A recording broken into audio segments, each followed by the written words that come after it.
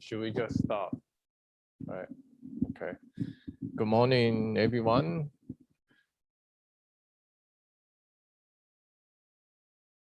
Good morning. Good morning. Good morning, John. Yeah, right. Good morning. Okay, good. So, do I need to introduce myself? I think so, right? My name is Tao Chu. You can call me Adrian David. Okay, so today's will be our last activity for the COIL project. I think now all of you are in the process of creating your paper. Okay, so the objective of today's workshop is to teach you, maybe some of you already have this skill, but if you don't mind, you can also listen to this lecture again, which is related to the English academic writing. The first, I divide today's topic into the two sections. The first part that I will give you the basic, the principle when you write, when you do English writing. And the second part that I will turn to be more English writing, but more advanced, focus on the academic and teach you how to debate. All right, okay. So let me share my PowerPoint.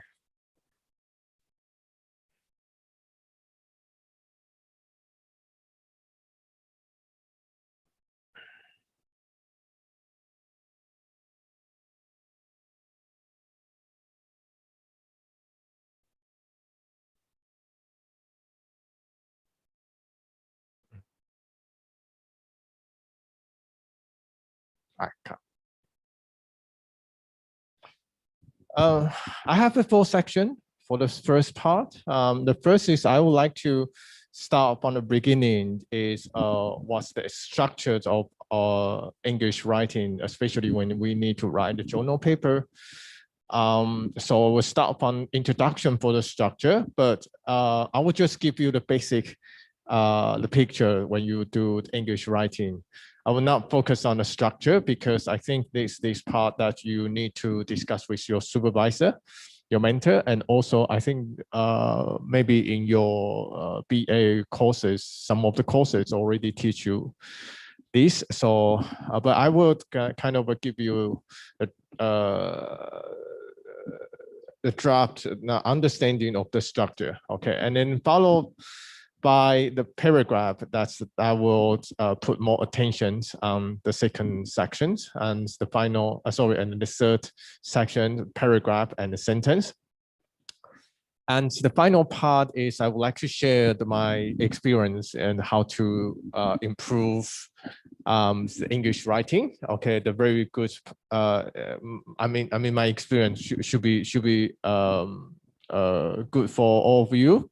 If you can learn something from me. All right, okay, so these are the references that I use that I also use on my own papers and also others, a scholar's paper to help me to give the lecture today. All right, okay, so the first section is structure. I think many of you that when you I think many of your courses that the instructor will ask you to submit like final paper or assignment. This kind of a final paper or assignment, usually English writing usually have the three main sections. The first is introduction, right? And introduction perhaps is the most important one. Because introduction, you need to give your, you need to problematize the issue that you want to study. So this is a rationale, give you the reason that you want to study this issue and problematize the issue. Do you focus more on the theory or focus on more on issue? The third part will be research questions and main argument, or the main argument was the other way to say that, for example, the hypothesis or thesis statement. Okay, so basically that this is what we need to do in the introduction. I think you have already started your field work and literature review. You should have read many papers already. So my understanding of the introduction, I would like to say this is the introduction. When you read many papers into introduction, introduction is like a movie trailer. Okay, so before the many movie from Hollywood, that before they release movie, they usually release the trailer first, and the trailer about the 2 to 3 minutes to summarize the storyline in movie. So the introduction also the same things that you need to summarize what we're going to do in this paper. So that is the important part for the introduction. The second part is analysis section. Is the section that you need to analyze the data that you collect. Some part of the analysis section also includes the method. You explain how you collect your data, and what theory you use, and the literature review. Okay, so that is the second part, also show the main story of your research. And then the final part is conclusion. Okay, conclusion usually only have 1 or 2 paragraphs. As not a lot, because conclusion is the one that you need to summarize what you have done in the whole paper, your research contributions, your research objective, okay, and the theory you use, and your main argument. And also you need to be humble. So you need to explain, oh, my research has a research limitation. For example, I only focus on this theory, but also the other theory is related to this theory, but I don't, because of the scope of this paper, I just ignore that. Okay, I mean, anything that you can mention related to the research, the limitation. And after you give the limitations, you can give the suggestion. Okay, in the future, is any other scholar want to study these issues? For example, migrant workers in Chiang Mai and the impact by the COVID-19.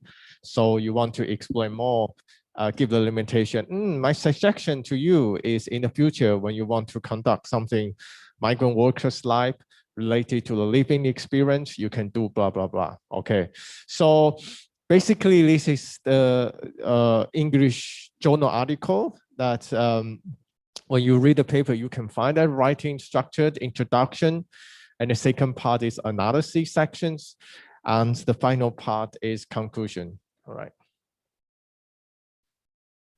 So I want to discuss with you. You can share your question. Sorry, you can share your experience to me.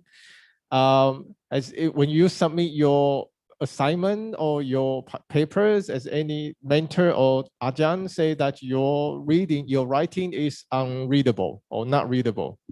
Anyone has this experience? Or you say that I don't understand what you say. Do you have this experience?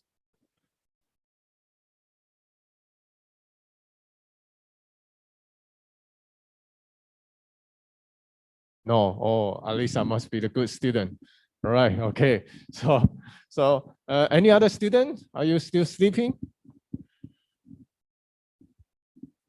No, actually, it is not me, but I have met some who their writing is a bit hard to read due to that sequencing.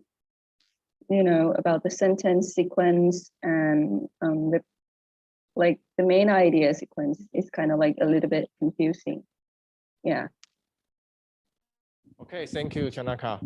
Okay, so I have this experience. Okay, when I study master and PhD, not every time, but most of the time, right? I don't know how many percentage, but let's say maybe over 70% and 80%. When I submit my assignment, sometimes I get the feedback from my supervisor. They usually say, I don't know what you say this sentence. Okay, can you restructure this sentence?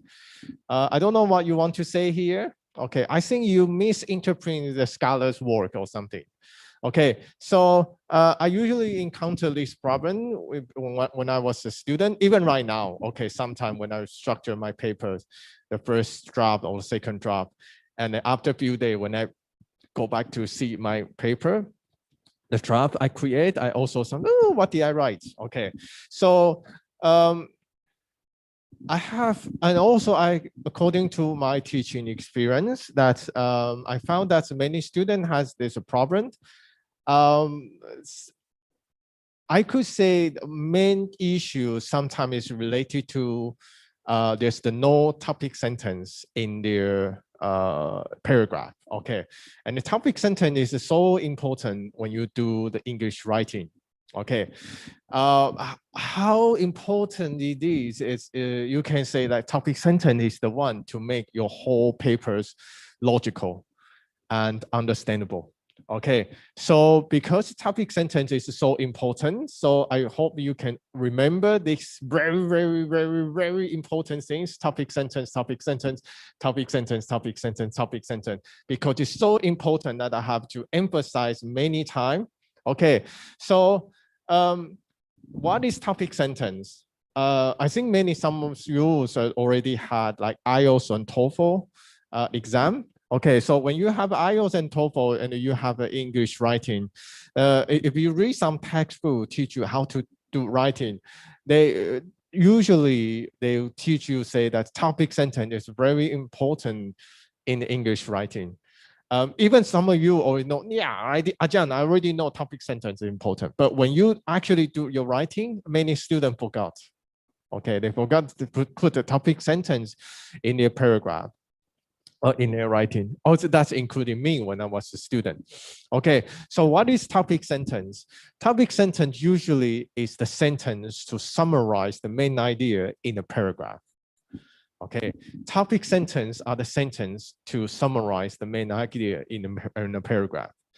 So now here I have the two practice for you. So I will give you the first one. I will give you 3 minutes. Okay, you can tell me and highlight the topic sentence. Where is the topic sentence? All right. Okay. So this is the first one, short paragraph. Is it coming from my own work? Okay. In 2017, I write the paper, contribute to a journal. So this is from the draft of my papers. Okay, so you can read this paragraph first, and then later, after 2 minutes, we can discuss where the topic sentence is for my research present here, right?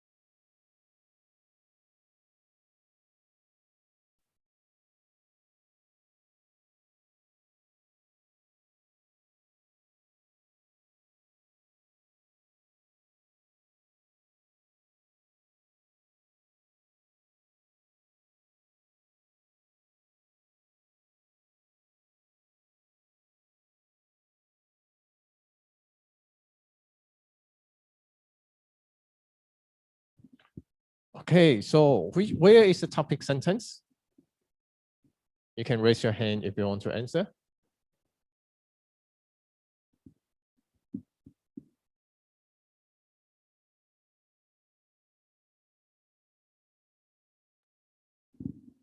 Okay, so we have 2 students. All right, so Chanaka, do you want to be the first, and then Lisa? Okay, so I think it's the third sentence.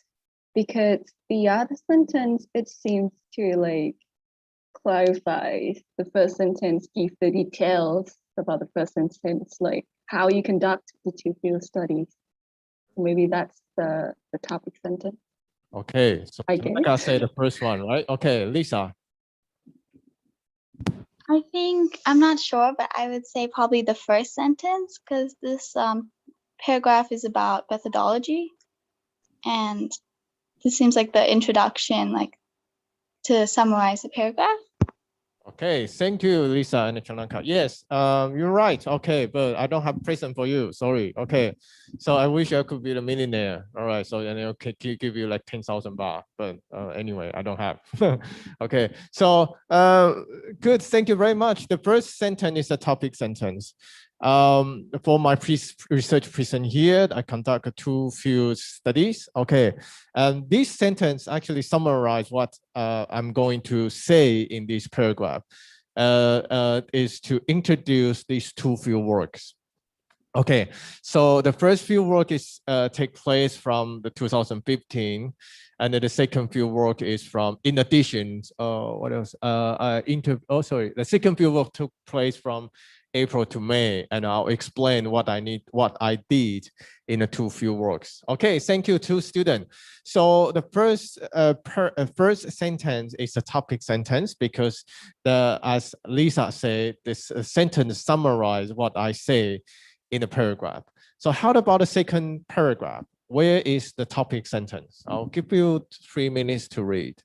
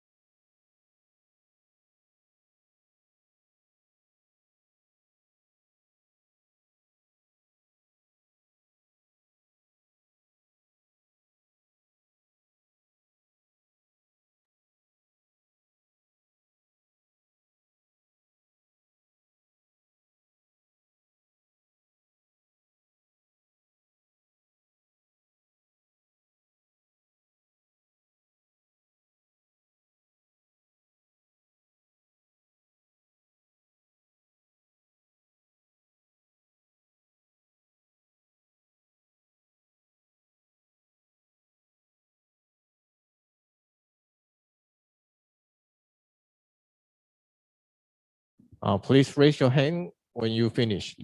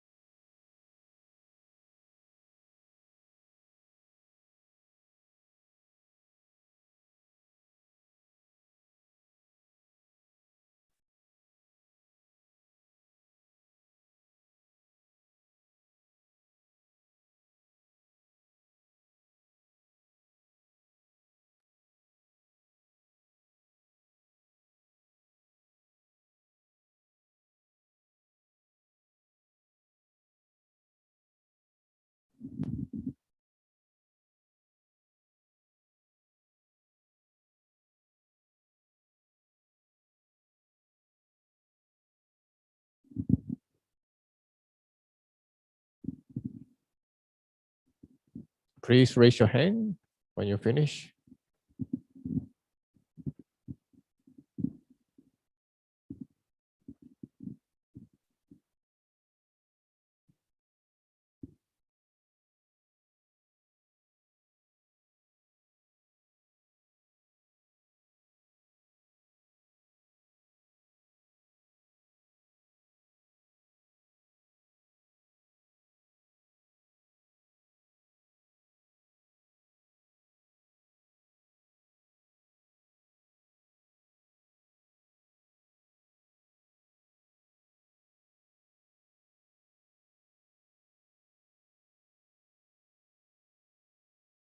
Okay, so other student, why? Okay, so that's okay, doesn't matter. All right, okay. So anyone want to share where is the topic sentence? Worapimu.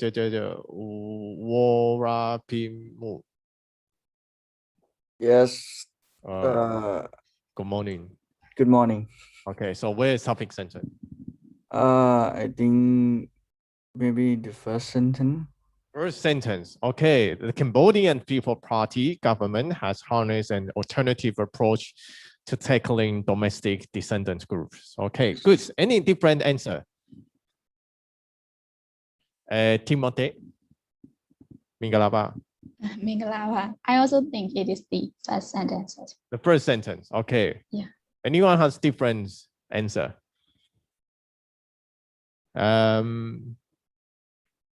No chat, no. No chat, no. No chat, no. Good morning. Good morning. I also think it's the first sentence. First sentence, okay. Kokumaka. Okay. So anyone has a different answer? I agree that it's the first sentence, but I'm not 100% sure because the fourth sentence is also very summarizing. Yeah, okay. Thank you, Lisa. The answer is the fourth sentence. Okay, the first, the Cambodian party government has harnessed an alternative approach, blah, blah, blah. This alternative approach is to integrate, blah, blah, blah. More and more dissident groups has accepted this overt of integration. Two important factors can explain the dissident groups' defections. First, okay, so thank you, Lisa. In this paragraph, the topic sentence actually from the first to the fourth. Okay, sometimes when author writes their do their writing, they put more than one topic sentence. Usually, is want to link with the previous paragraph and make it more clear. Okay, so sometimes you can see the paragraph more than one. Okay, and this paragraph actually more than one. It's actually four paragraphs. Oh, sorry, four sentences. Okay, so but I would like to say it here. Usually, when you read a paper, okay, especially academic papers, topic sentence usually is the first sentence in a paragraph. Okay, topic sentence usually is the first sentence in the paragraph, but sometimes, like what I wrote in my paper, sometimes paragraph can be, sometimes sentence can be more than one. Okay, sometimes, but you don't see that often. Okay, so so please remember when you do your writing, please put the topic sentence in every paragraph. Please remember, put the topic sentence in every paragraph. Sometimes that's according to my experience before when I studied PhD and submit my dissertation, not part of my dissertation, each paragraph to my supervisor. My supervisor say, your writing is not logically linked each paragraph. Okay, that is the problem because my paragraph did not have the paragraph in the draft of my chapter in PhD dissertation did not have the topic sentence. That's why every paragraph is not logically linked. So if every paragraph is not logically linked, your papers or the chapter you write will have the logical gap. Okay, so when reader reads your papers or you are writing, they don't understand what you're trying to say because the focus is blurred. Okay, so please remember when you write your final papers, please remember, and then maybe after today's workshop, when you go back to read your paper, you can see whether your paragraph, every paragraph in your draft of the paper has a topic sentence or not. Okay, and the second point that I want to ask you before I start the second point is, can I use I in academic writings? Can I use I in academic writing?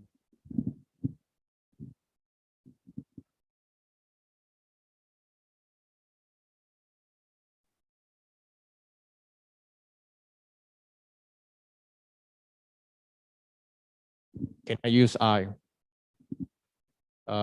Should we ask employee, right?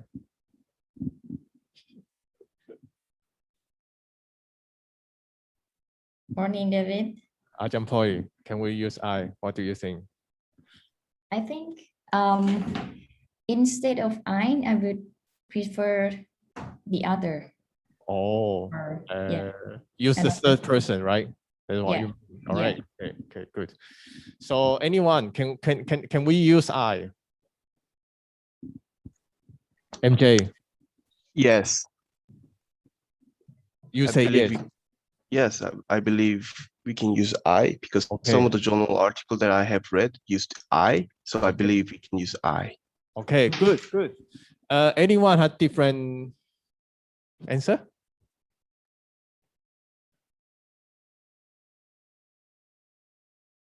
Chanakan, Kun Chanakan. Can we use I in I academic writing? prefer we instead. I don't know. Yeah, That's the if you most want like more than two also, you can use we, right? yeah. Okay, but if we only you, can you use I? Yeah, sometimes yes, I think. Okay, good. Okay, so if you see a paragraph here, that is the draft of the paper I create before I contribute to a journal. Okay, I use I. And in this, in the paragraph, you can see in this study, I will explore relation between riparian people and the state regarding the blah, blah, blah. I argue that's the. Okay, so I use I in the whole paper. Okay, you can see here, right? Okay. So, and the next paragraph, that's also the paragraph you have already read. Okay, from my research present here, I conduct 2 field study. I interview workers, blah, blah, blah. Okay, I interview a sample of 25 riparian people. I conduct my interview. I hired interpreters. Okay, I record an MP3 players. I guaranteed anonymity to the interview riparian people. Okay, so I use I in whole papers, and then I got a comment from the reviewer when they give the feedback. And one of the comments you can see here, in terms of a style, please refrain from the frequent use of I. Okay, so MJ say we can use I. Okay, our employee say she preferred to use the third person. And from these reviewer, when the reviewer give the comment on my papers, the reviewer also say that please refrain from the frequent use of I. So can we use I? Anyone want to change your answer? Chanakan, do you want to change your answer?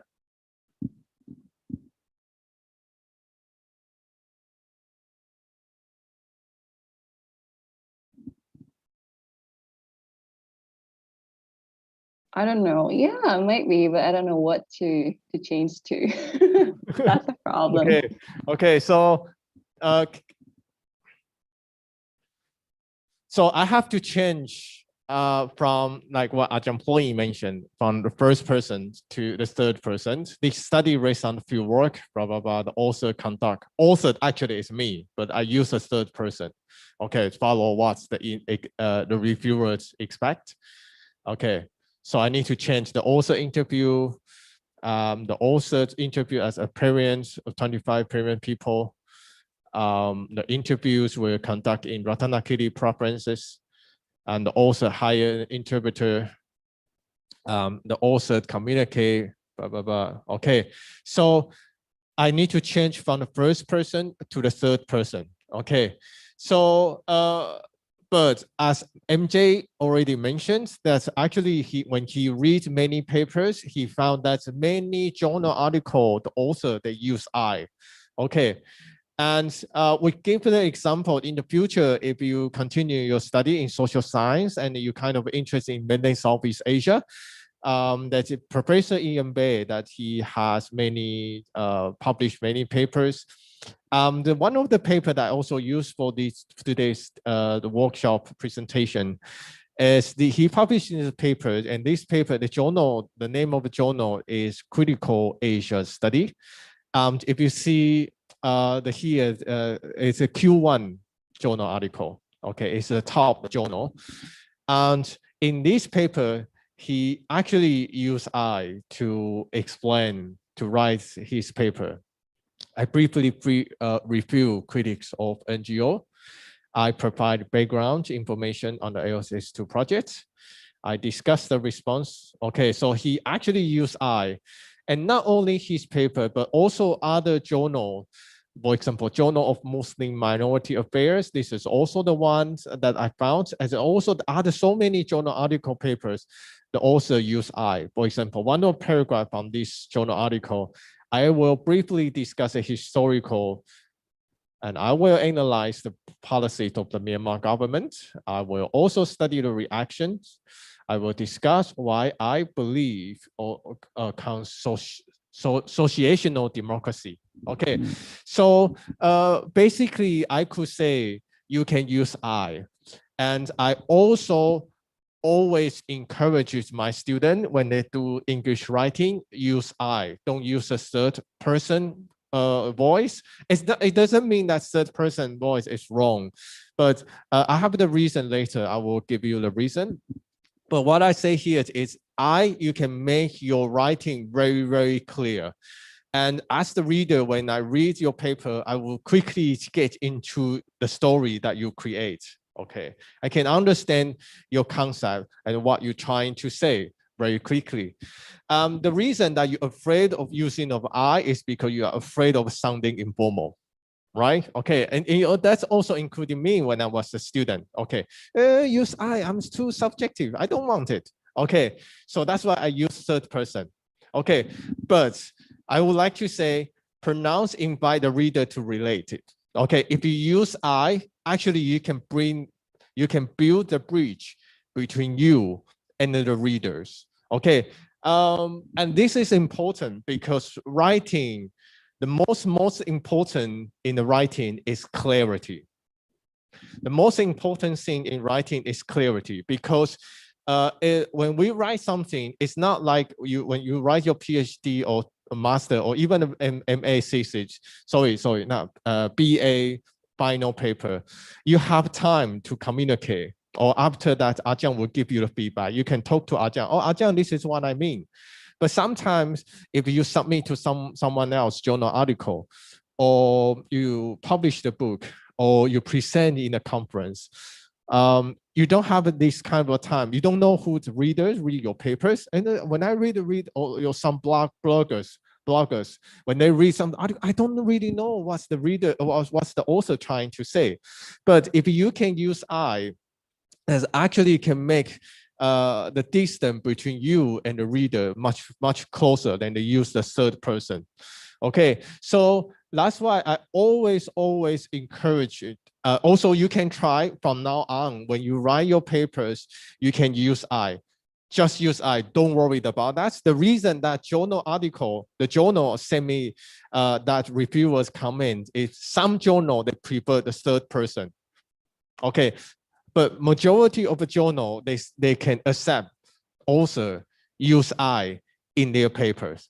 Okay, so, and actually when you change from the first person to the third person, it doesn't cost too much time, spend too much time. So you don't need to worry about that. You can just use I in your paper. You can try from now on in the future when you write your when you write your paper, when you write your final papers, even including the COIL project paper, you can use I first, okay? And then you can, I definitely believe that you will find that can make your writing much clearer than the third person. Okay, so the first principle, please remember, is you have to have the topic sentence in every paragraph. You have to, you must. Okay, and the second principle is please use I in your writing. Okay, of course, that's our COIL project is more than 3, right? Including Ajahn, maybe 4. So you can use we, okay, also the first person, okay, I or we, okay, our research, okay, in your writing. And the third one is this one, okay, so can anyone explain to me what is active voice and what is passive voice?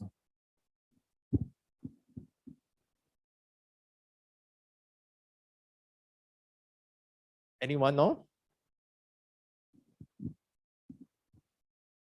Nunu?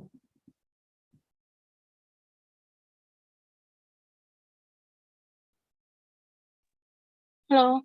Nunu? Yes, Ajahn. Okay, please wake up. Okay, what is active voice and passive voice? According to my understanding, like active voice is like subject verb object, right? It's called like I don't know how to explain it, but then passive voice is like refers like object first subject or something like that, right?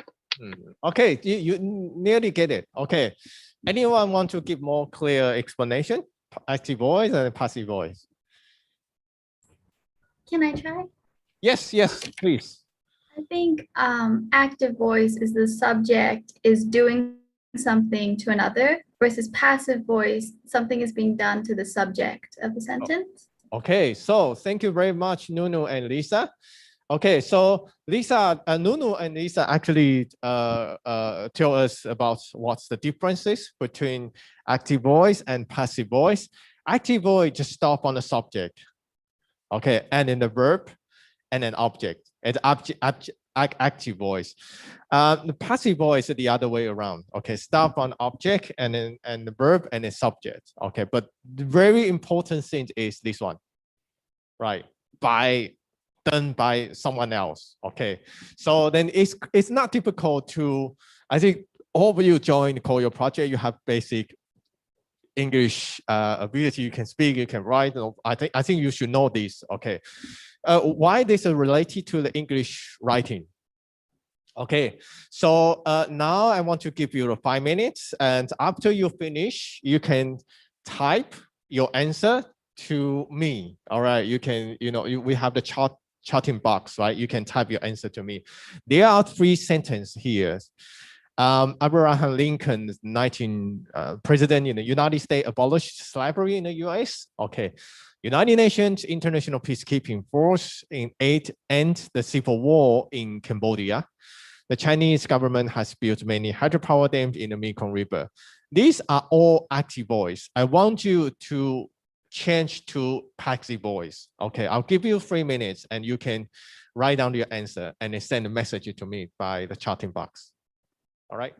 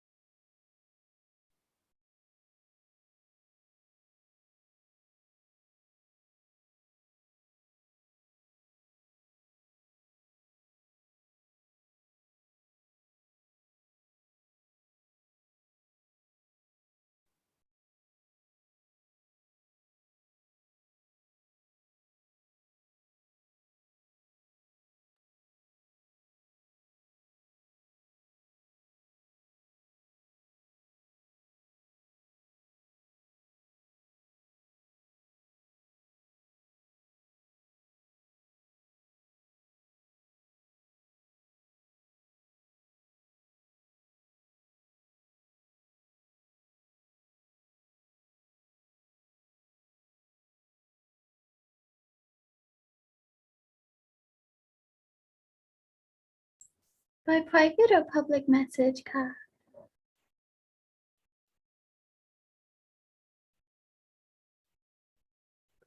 I got it. Thank you. Okay.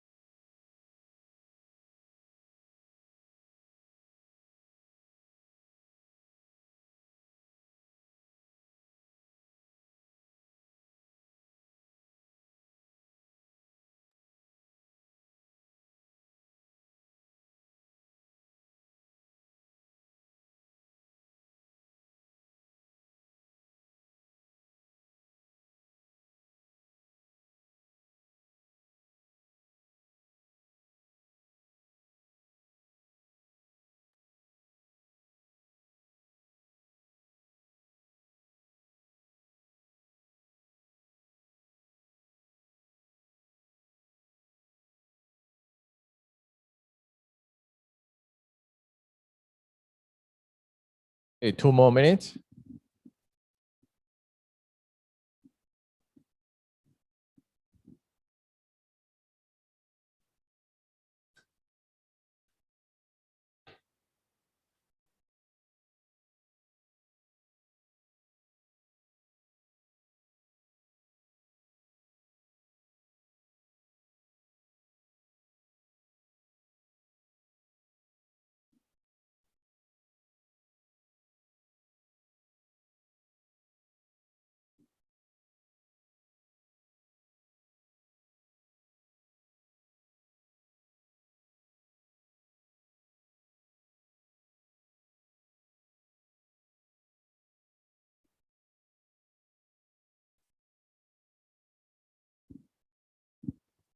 Okay. Thank you, thank you all of you. Give the answer. Okay, I think basically all 90% right. I think so. Okay, but just some of the let me see. Okay, okay, MJ. I see. Okay, this MJ missing that many hydropower dam in the Mekong River has been built. Okay, it's been missing. Okay, but I think it's no problem for you to change from active voice to passive voice. Okay, so why this is important? Why is this important? Okay, so in my opinion, okay, I always use active voice. Okay, I also want to give you my suggestion. When you do your writing, please use active voice. Okay, when you do your writing, please use active voice. When you use active voice, it can become very clear when you about your writing. I will explain that later. And active voice, no matter in the writing or speaking, I usually prefer 70%, 80%. I use active voice, and even when I talk, when I teach, I also use active voice. And when I give the comment to students' assignments or any papers that they submit, I also use active voice. Okay, why? Ajahn, why we need to use active voice? Okay, let me ask you here. Okay, I give you a first example. All right, Abraham Lincoln's the 16th presidency in the United States abolished the slavery in the US. Okay, all of you give the right answer. Okay, slavery in the US was abolished by Abraham Lincoln. Okay, so if I change from active voice to passive voice, is slavery in the United States was abolished by Abraham Lincoln. If I don't put by whom Abraham Lincoln here, is this sentence grammatically correct? If I don't put whom, the subject, okay, by Abraham Lincoln, is this sentence grammatically correct? Yes, but Yeah. the meaning is not clear. Yeah, thank you very much, Tanaka. This sentence is grammatically correct, but this sentence meaning is not clear, because when reader read your sentence, oh, slavery is abolished. Oh, okay, good. It's good information, but by whom? I don't know. Okay, so if your papers discuss something about the politics or history in the United States, this is a very important. Okay, so something missing. When you use a passive voice sentence hide the true meaning. Okay, passive voice sentence hide true meaning. I was a PhD student before. I was like this. Okay, I don't bother to look at the meaning. Okay, for example, the theory is created by Copenhagen School, but I don't give you the exact information by whom, which scholars. Okay, so sometimes we are lazy because we students or even Ajahn, including me as well. We're lazy to go find the exact information, so we just use a passive voice. I don't care, okay, but because it's grammatically correct, okay. But I would like to say, if you use a passive voice, hide the true meaning. Okay, so that's why I always encourage the student to use the active voice, because active voice can clearly show the information give to the readers. Okay, and the reader can quickly understand, oh, who abolished slavery in the United States. Okay, so because you are insecure about what you're saying, that's why you use a passive voice. I'm not really sure who abolished the slavery in the United States. I'm not really sure. That's fine. Okay, I'll just write it. Okay, so use active voice can also force yourself to go find the information. Okay, use active voice can also force yourself to go find information. For example, we conduct so many interviews. I remember someone say the problem of COVID-19 policy in Thailand, but I'm not sure which interview is. Okay, I'll just say that, oh,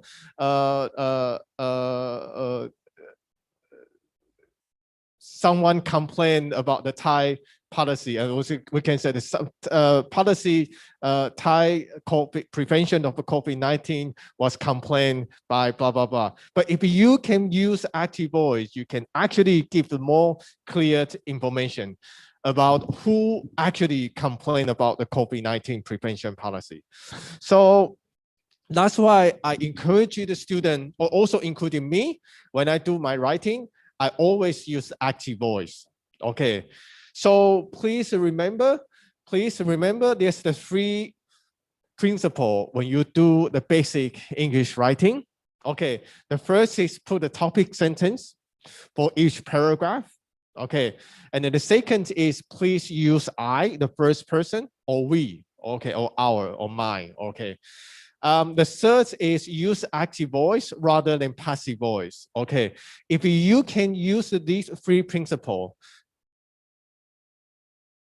I would not say you can get A or B plus very high score, but I would say that if you can have these three principles, sorry, in your English writing, I believe your English writing can have higher clarity. Okay, you can try. I don't know whether anyone used these three principles before or not. Okay, so start from now on. When you do your writing, you can put a note.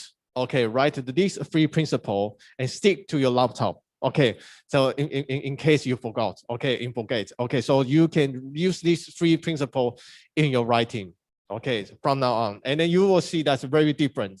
Okay. So I would like to share my experience. That is, except this three principle, what can you do to improve your English writing? Okay.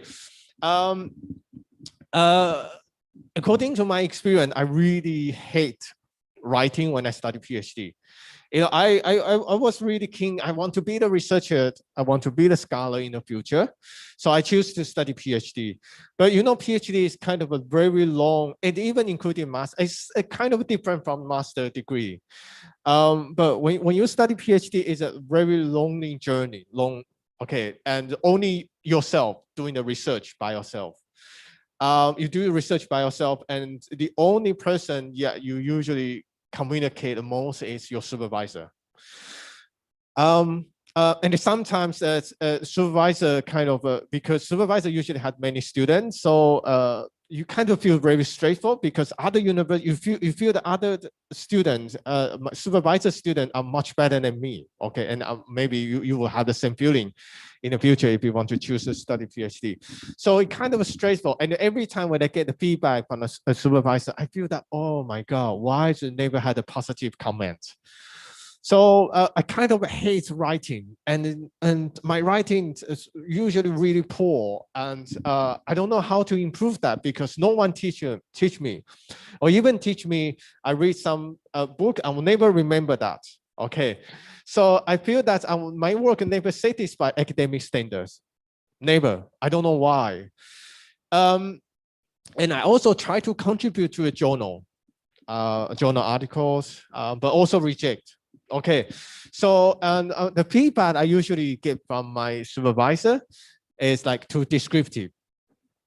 You describe something, okay, and then I still remember the comments from the other professor that I also talk to them, the problem of my writing, and the other professor said that if your paper is too descriptive or general, actually supervisor no need to read your PhD thesis, because your thesis is to show your idea.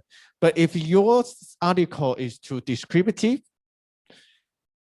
supervisor or your reader can actually go find Wikipedia to read, because Wikipedia is a description. Okay, they don't need to read your PhD thesis. Then come to the very important question, whether you are able to explain, show your idea clearly. Okay, so my writing has a problem before, like too descriptive, too general, and I don't have the critical thinking. Okay, this reflects to what a couple of weeks ago when we discussed the literature review. I don't know whether you remember or not. Literature reviews show that writings always come with reading. Reading also very, very important, and the reading process can develop your critical thinking.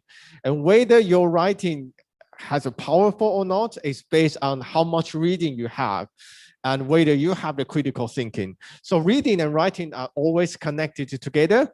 Okay, so, and then finally, I gradually realized my own problem when I write my PhD thesis. Okay, why is it too descriptive? Okay, because my reading is not enough. Okay, and it's not deep enough. Okay, and why I don't have the critical thinking? Perhaps when I do my reading, I did not take note or something. Okay, and I realized after my paper was rejected by a journal, I realized I need to overcome this problem. I have to. The reason is because this working in university, the academic circle will become my future career. Okay, so right now, you know, many universities ask Ajahn, as professor, do you have publication? Do you have publication? Right? Always ask this kind of a question. So I know I have to overcome this problem. Okay, so I kind of accept advice and critics from anyone else. Okay, my colleagues, my PhD friends, my supervisor, the other professor I talk to. Okay, I hope they can give any advice and critics, no matter what kind of advice, what kind of critics they give. Okay, I'll take all of them. Okay, on board. Okay, so I'm not afraid making mistake. Okay, I always told my student, don't afraid to make a mistake, because making mistake make me improve. Okay, this the one scholars, her book teach junior scholar how to write a paper. Okay, she say sometimes you don't know what you know or what you don't know until you try to write it down. Okay, this is very good, a simple sentence.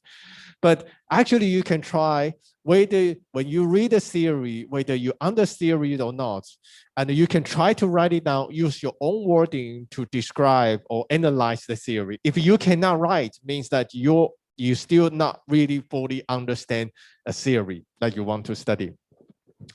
And Ajahn Devi, I'll take these kind of statements and I'll make a change. I say, you don't know what you are the bad writer until someone point out your weakness.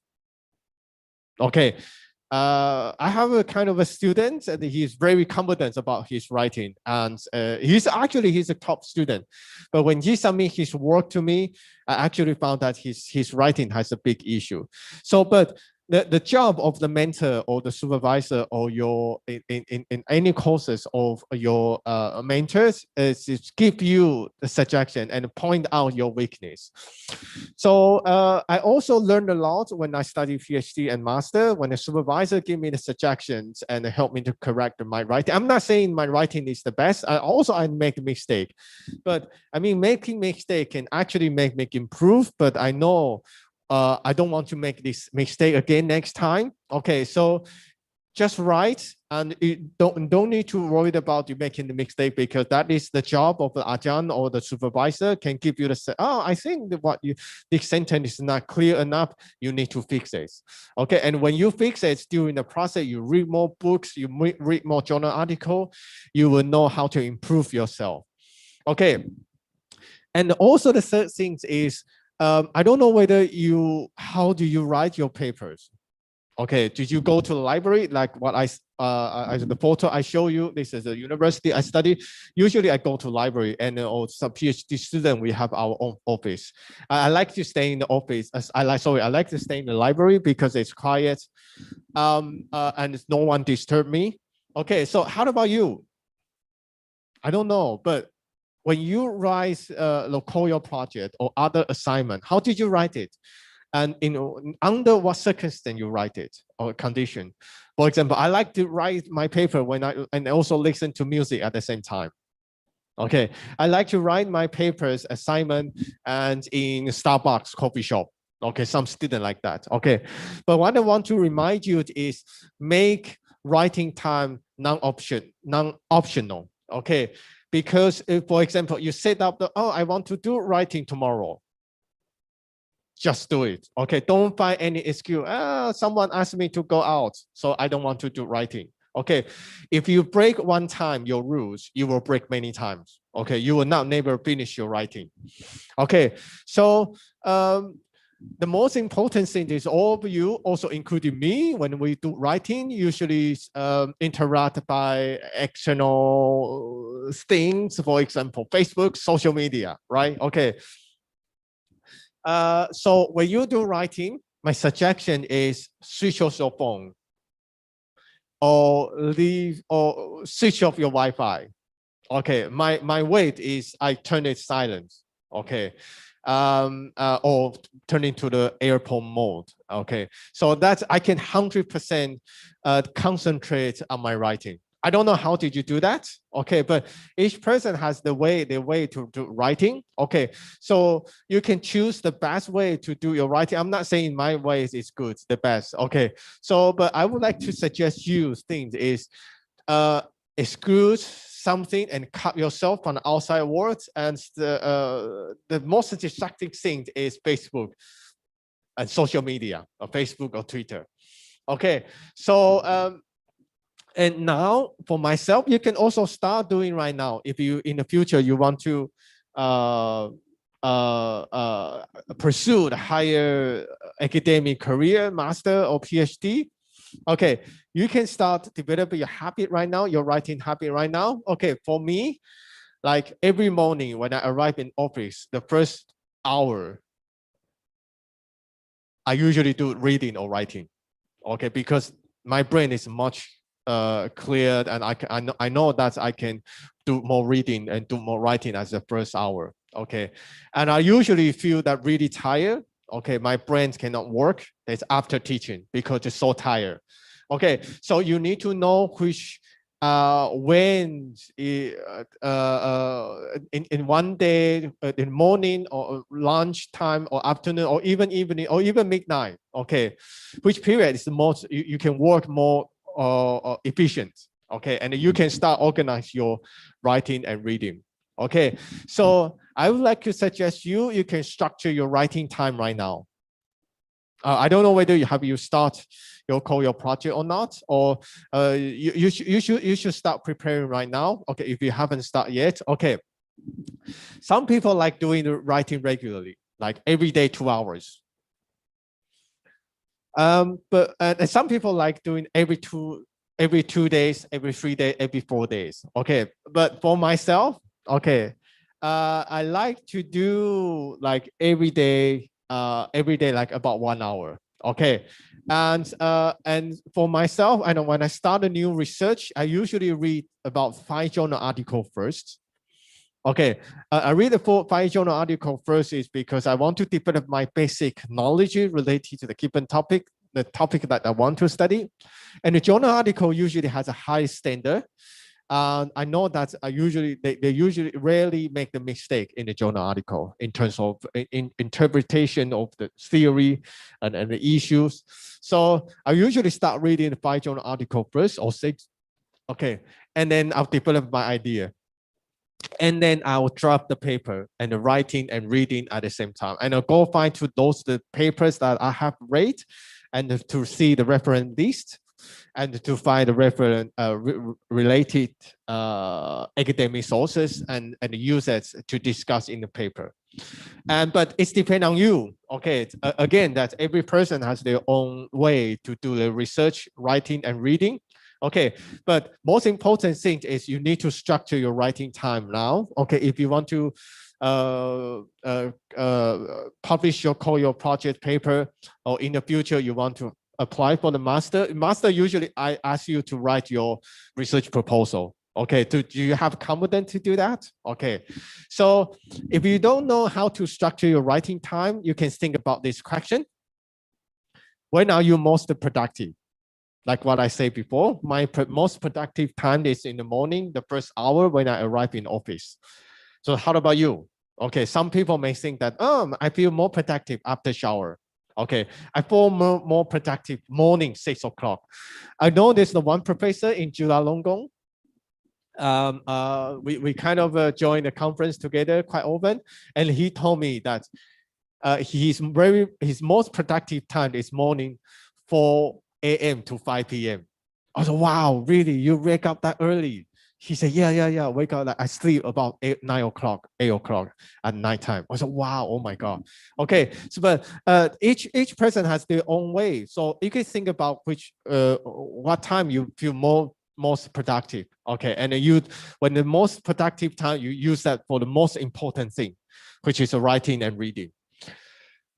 Okay, so the writing schedule need to be realistic. When I say to be realistic is some students say, hey, I don't want to, the deadline is tomorrow. I will write my final papers today. Use 12 hours to write it.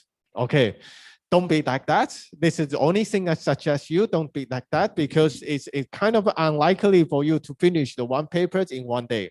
If you can, I think that the score you get will not be high. Okay, but Ajahn know, oh, this person really put the emphasis on the writing or not when we read your assignment. Okay, so the final thing is I want to give this to you.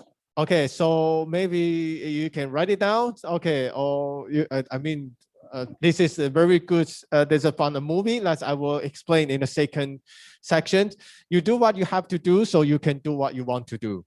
What I say here, you do what you have to do is you can do something that what you need to do in university, and I think that's a very good opportunity for you to join COIL projects. Okay, you have the experience to conduct a field work, you have the experience to work with Ajahn closely, you have the experience to do your writing. Okay, and then Ajahn also can give you a feedback when you write your papers. Okay, so I think it's a very good opportunity.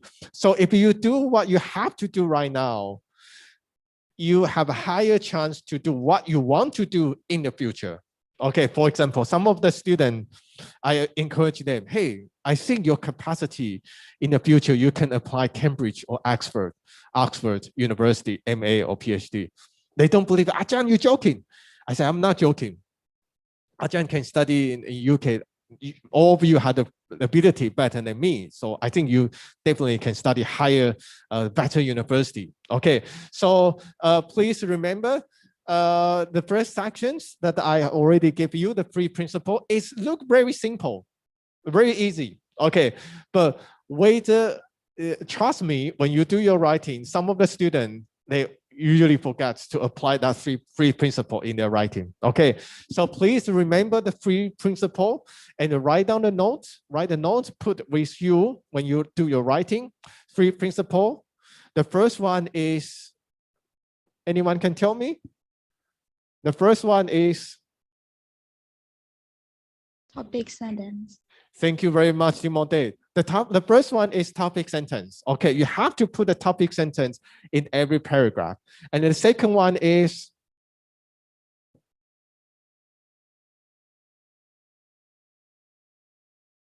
Humai, hungry. The second one is? Use I. Use I, thank you very much. And the third one is? Use active voice or passive voice? Active voice. Active voice, thank you very much. Okay, three principle, please remember when you do your English writing, you need to put a topic sentence and use I and use active voice. And the final one is when you do your writing, you can start, if you already had your own writing schedule, that's fine. But if you don't have, you can start thinking to prepare, develop one now. Okay, so we ended it today. Sorry, not today, sorry, this section. We still have a second section. And we take break 15 minutes and we come back to finish the second section. And if you have the Q&A, you have any question, we can discuss in the final half hour. Okay, all right. Okay, we take break.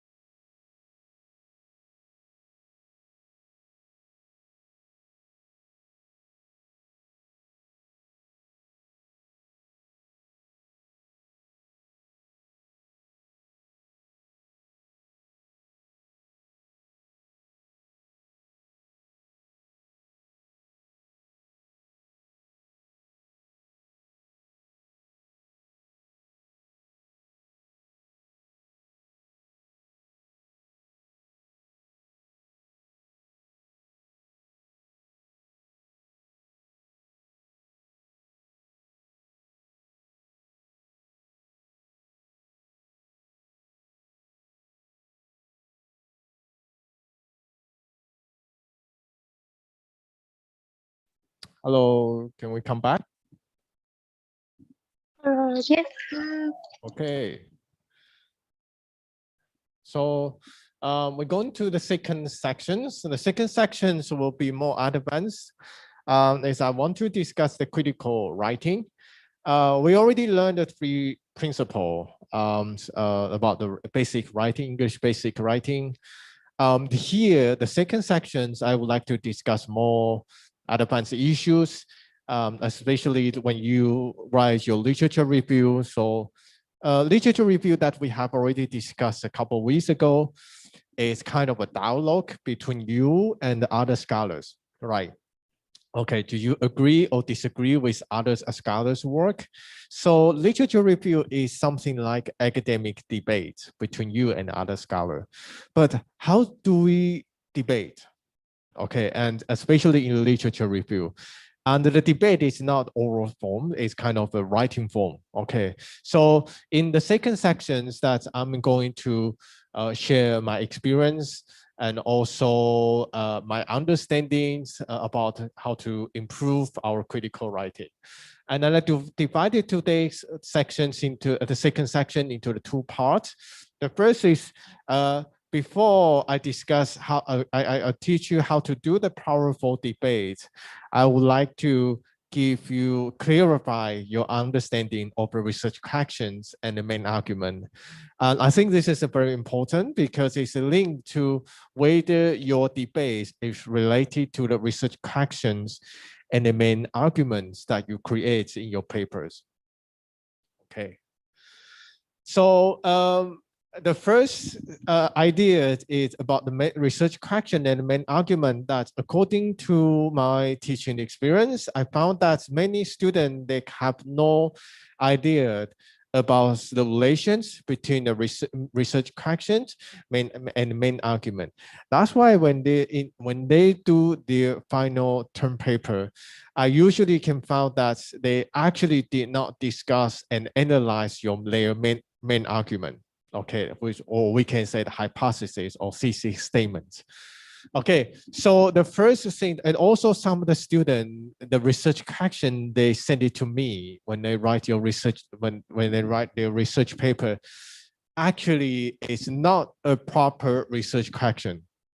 Okay, the research question that they send it to me is not the proper research question. So why? Ajahn, what do you mean by a proper research question? Okay, if you look at here, that's some of the questions that I got from my student, BA student. How many people are trafficked in Myanmar in 2016? How many Rohingya refugee camps are there in Bangladesh?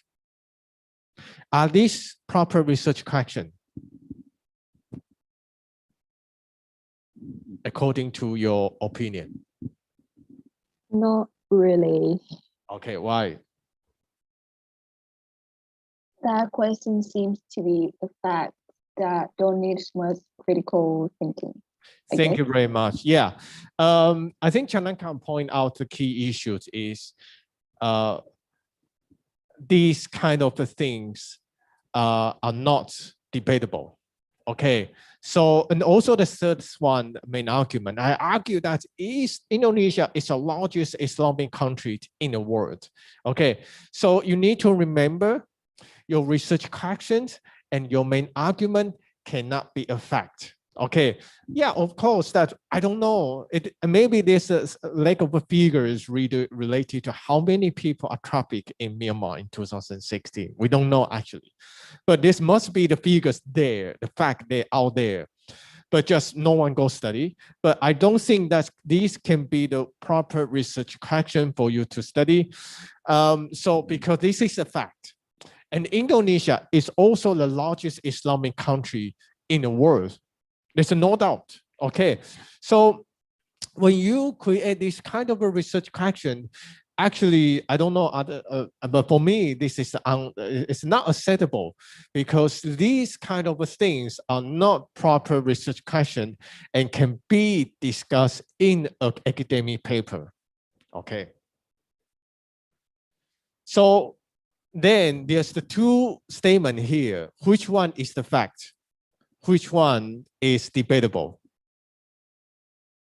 David Chu is an adjunct in CMU, or David Chu is the most handsome adjunct in CMU? Which one is the fact? The first one. The right one. David Chu is the most handsome one. That is more debatable. The second one. Okay, any other answer? Lisa? Hard one. I think the first one is a fact. So the Are you second sure? one is debatable. I'm not sure. I'm not sure. Okay, good. Thank you. So David Chu is an adjunct in CMU. It's a fact. Okay, so this is a fact. No way to debate. Okay, but the second one is David Chu is the most handsome. No, I think there's the other adjunct handsome than adjunct David. Okay, adjunct Prasid, adjunct Chusa, other. I think they are more handsome to adjunct David. Okay, so what I want to say here is you need to, you can see your COIL project, or not only COIL project paper, but also the other papers when you do your final term paper. Okay, to see your research question, your main argument is a fact or not. If it's a fact about the fact, please remove that and change that. So what is the relation between the research questions and the main argument? Okay, say for example, I created one research question here. For what reason has the Association of a Southeast Asian Nation, which is ASEAN, okay, failed to address transnational crime? For what reason has the ASEAN failed to address transnational crime? The main argument, okay, if you see the main argument, usually you will see author mentioned in their papers. They say, I argue that the reason, blah, blah, blah, or the second will be, my main argument is that the reason is not the principle of non-interference in internal affairs of a state, but the natural struggles between regional dominant social force, blah, blah, blah. Okay, or if you use a third person, will be the paper, this paper argues, okay, it depends on the first person or third person you use. So have you found a relation between research question and main argument?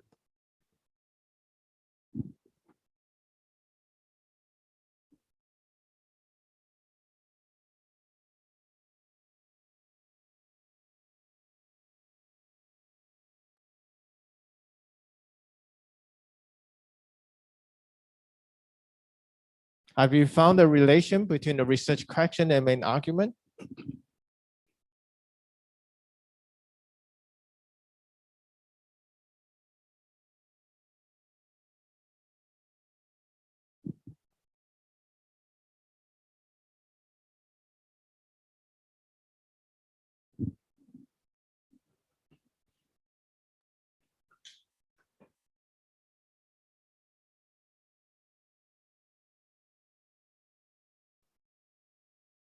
You guys okay? Yes. Okay, so have you found a relation between main argument and research question? So main argument is the answer of the research question. Am I right? Thank you, NJ. Okay, so main argument is the answer of the research question.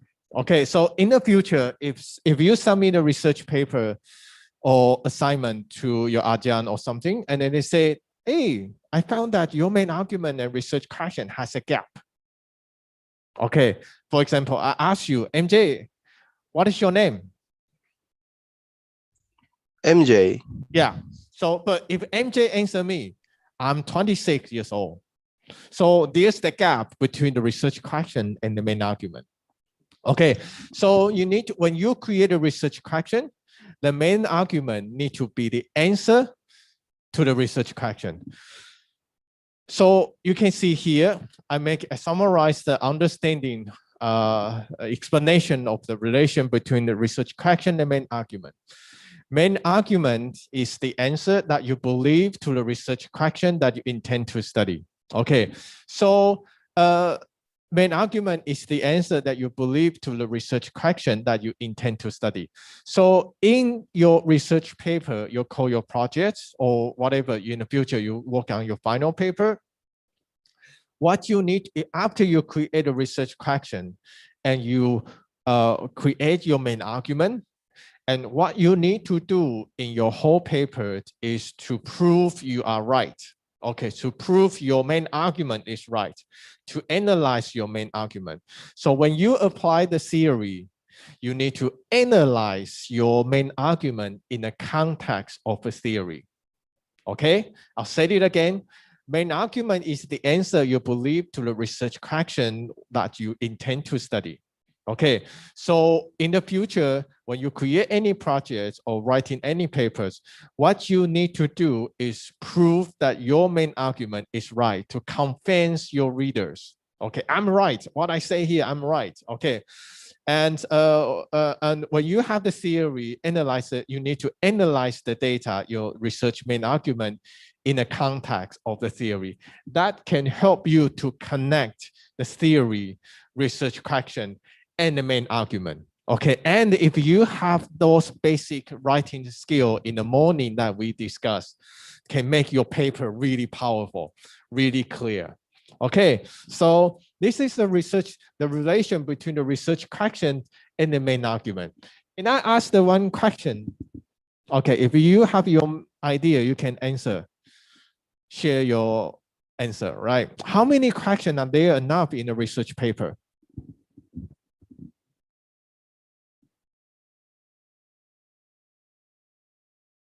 I think about 2 at least. Okay, thank you. 2. Anyone? I think 1 is enough. Lisa say 1. All right. 2, 1. Other? Timothy? I think 1 is enough. 1. Okay. MJ? Yes, 1 is enough. Okay, so good. According to Ajahn David's experience, 1 is enough. Okay.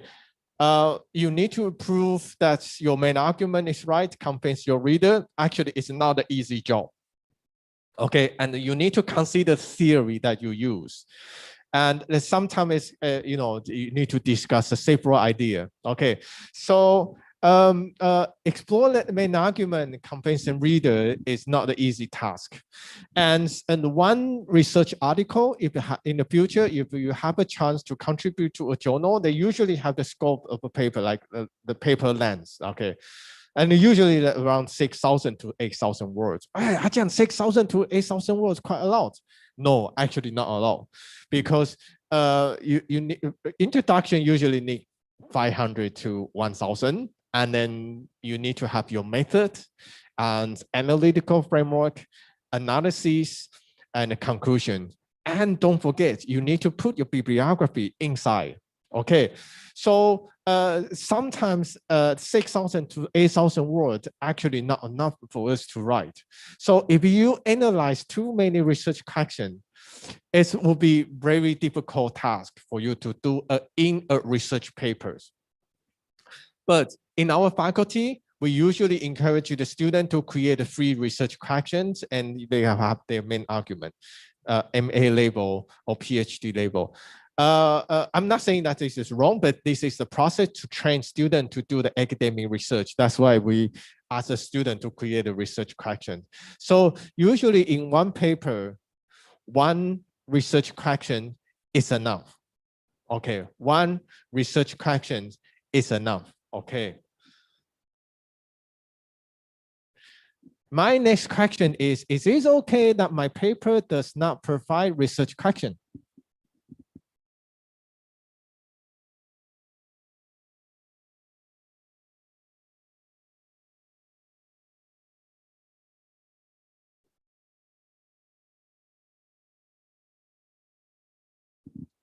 Is it okay that my paper does not provide research question?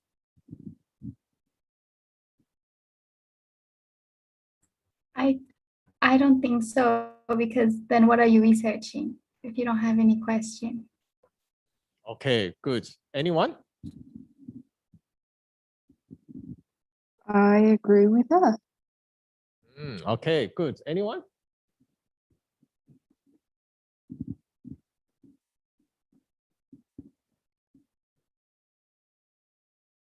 Okay, so is it okay that my paper does not provide research question? This is my experience. Okay, and when I also you can read many journal article. Okay, it is fine if you don't provide a research question. Okay, it is fine. It's okay. You don't provide a research question. Okay, but the proper academic papers must have main argument. Okay, is it okay if you don't have a research question? Okay, if you see here, that's the paper that I published a couple years ago. Okay, this paper, I don't have research question. I just explain my main argument and I approve what I want to study, my main argument in this paper.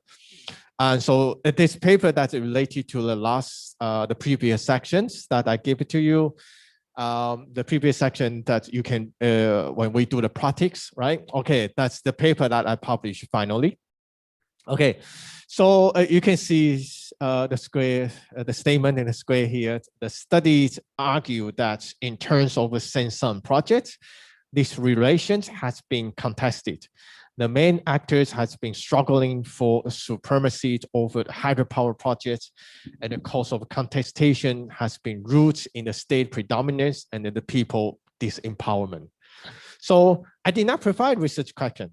Okay, but you need to remember the proper academic papers must have main argument. Okay, main argument is the key in a research paper. Is it okay if you don't have a research question? Again, back to what, if you see many PhD theses or master theses, they have research question. It's basically it's because it's a kind of a training for the student to do the research projects or research papers. Okay, but in the journal article, it is okay if you don't have a research questions. The second example, also the paper that I published. Okay, there's no research question here. Okay, so the published last year, one of my papers. Okay, and I say here, okay, Lisa, can you read it for us? The statement in the square. I argue that hierarchies impede knowledge co-production when its democratic equal spaces stemming from transdisciplinary empower lower-end stakeholders, but disempower higher-end stakeholders. In transdisciplinary Global South research, the former are usually unconnected, relatively powerless citizens, and the latter are well-connected, relatively powerful government officials. In order to reassert their authority in a transdisciplinary setting, higher-end stakeholders counteract transdisciplinary's potential to reconfigure the power dynamics of all stakeholders by dominating the process of knowledge co-production. That's about all I can see on screen. Okay, so in this paper, I did not provide research question either, like the first paper. But again, the proper academic papers must have a main argument, and that should show the reader what you're trying to argue in this paper. So of course, if your main argument more complex, more complicated, you need to explain more difficult. So compare the first and the second paper here. The first paper that actually is pretty simple. Okay, but the second paper is much complicated. Okay, so I need to use more words, theory, the concepts, and the empirical data to explain my main argument here. Okay, so I will say, is it okay that if you don't provide a research question? But if you can, that will be good as well. Okay, but it's not compulsory. Okay, in a journal article. So the second one is I'm going to teach you how to debate. Okay, to make your debate very powerful, stronger. Okay, so Usually I read the student papers. I found this the one, some of them that give the statement and do not explain the statement and quickly jump into the conclusion. Okay, give the statement, but quickly jump to the conclusion. But there's something missing after they give the statement. Okay, this is supporting evidence. Okay, supporting evidence. So we continue to take the example that the previous one. Okay, David Chu is a good ajahn. Okay, this is a statement. Okay, and the conclusion, therefore, everyone in the class like him. So what can I put in the supporting evidence?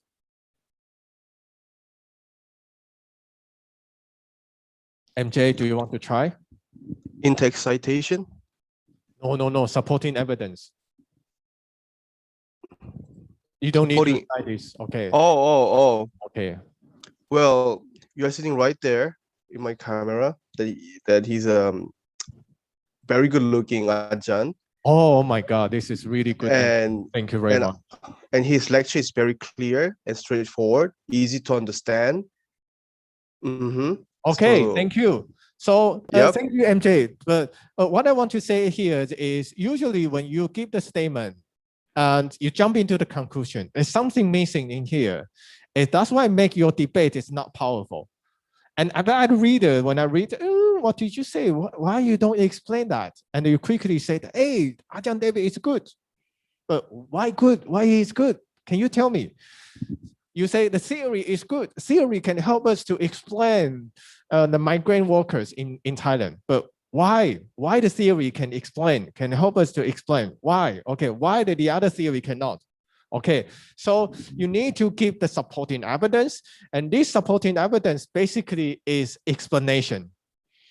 Okay, so whether you can provide a clear, detailed information, and that can make your statement, you make your debates more clear and powerful. Okay, so supporting evidence, for example, MJ not only give one explanation, not only give one reason. For example, he's good looking, his explanation is clear, very easy to understand, like 3 evidence. Okay, but if you can give more evidence and link them together and to link with your statement, and then you can make the conclusion. Okay, can make your debate more sound, robust. Okay, and when I read the papers, oh, I'm convinced.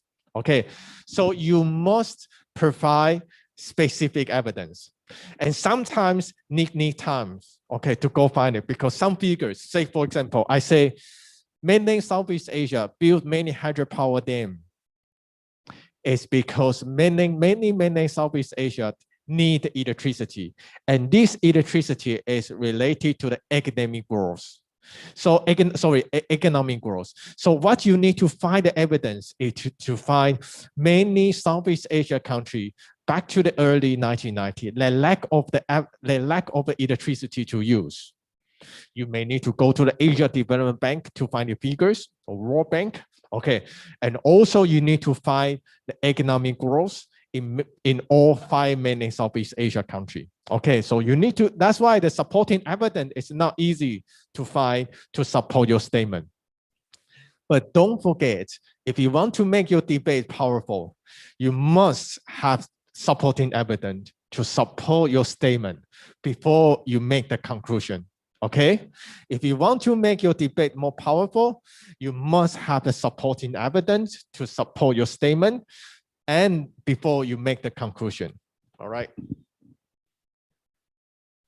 So here I'll give you the 3 minutes. Okay, so I give you these practice because sometimes the students, when they put the supporting evidence cannot support their statement.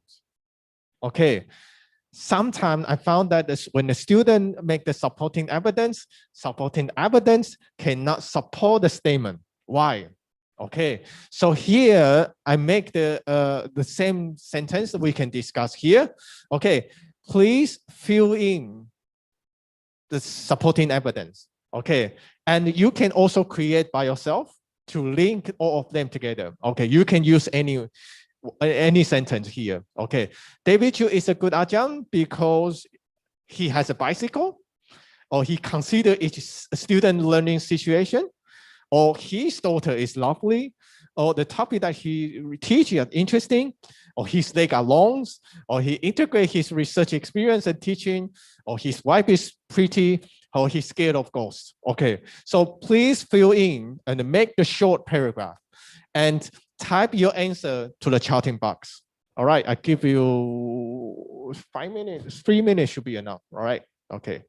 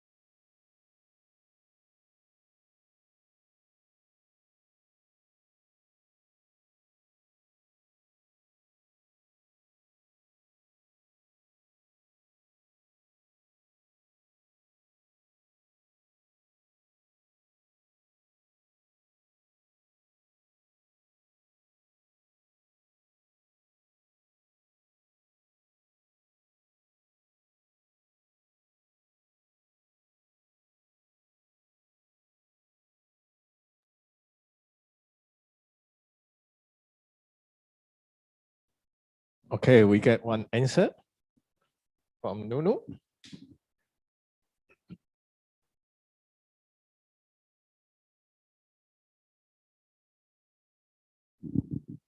Thank you. You can make it more complex.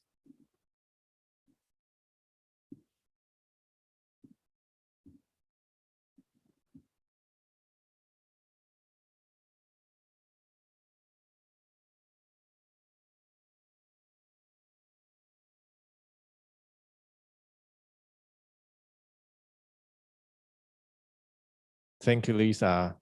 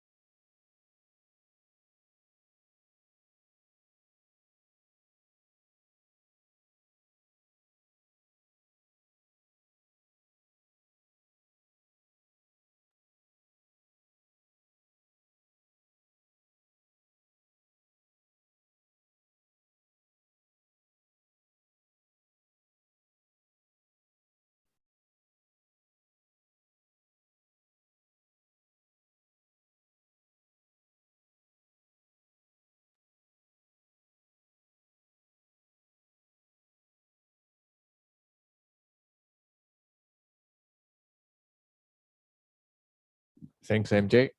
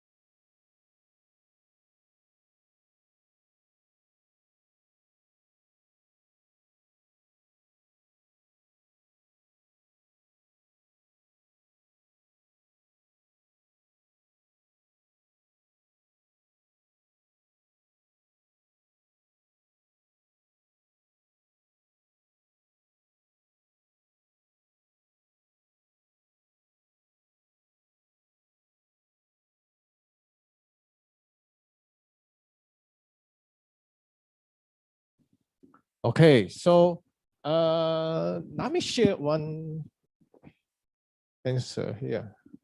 I can share Lisa answer. All right.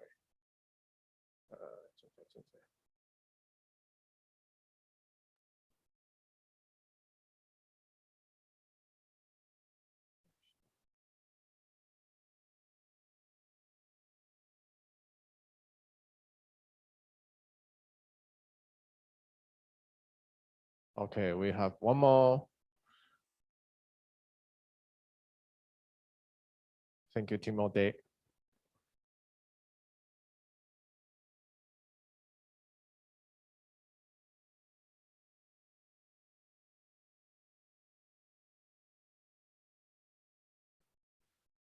Okay, so I give you Lisa's answer to everyone's. Okay, so Ajahn Devi is a good Ajahn for 3 reasons. It's very clear. And also this is the topic. Oh, this answer from Lisa. Okay, Lisa.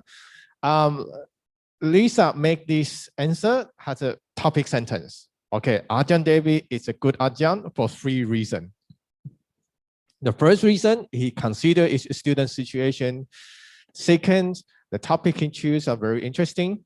Okay, and lastly, his integration of the research experience and teaching make for a very fun class. Okay, so Lisa actually puts the topic sentence and very clear structured and connects the 3 reasons that the 3 statements I gave.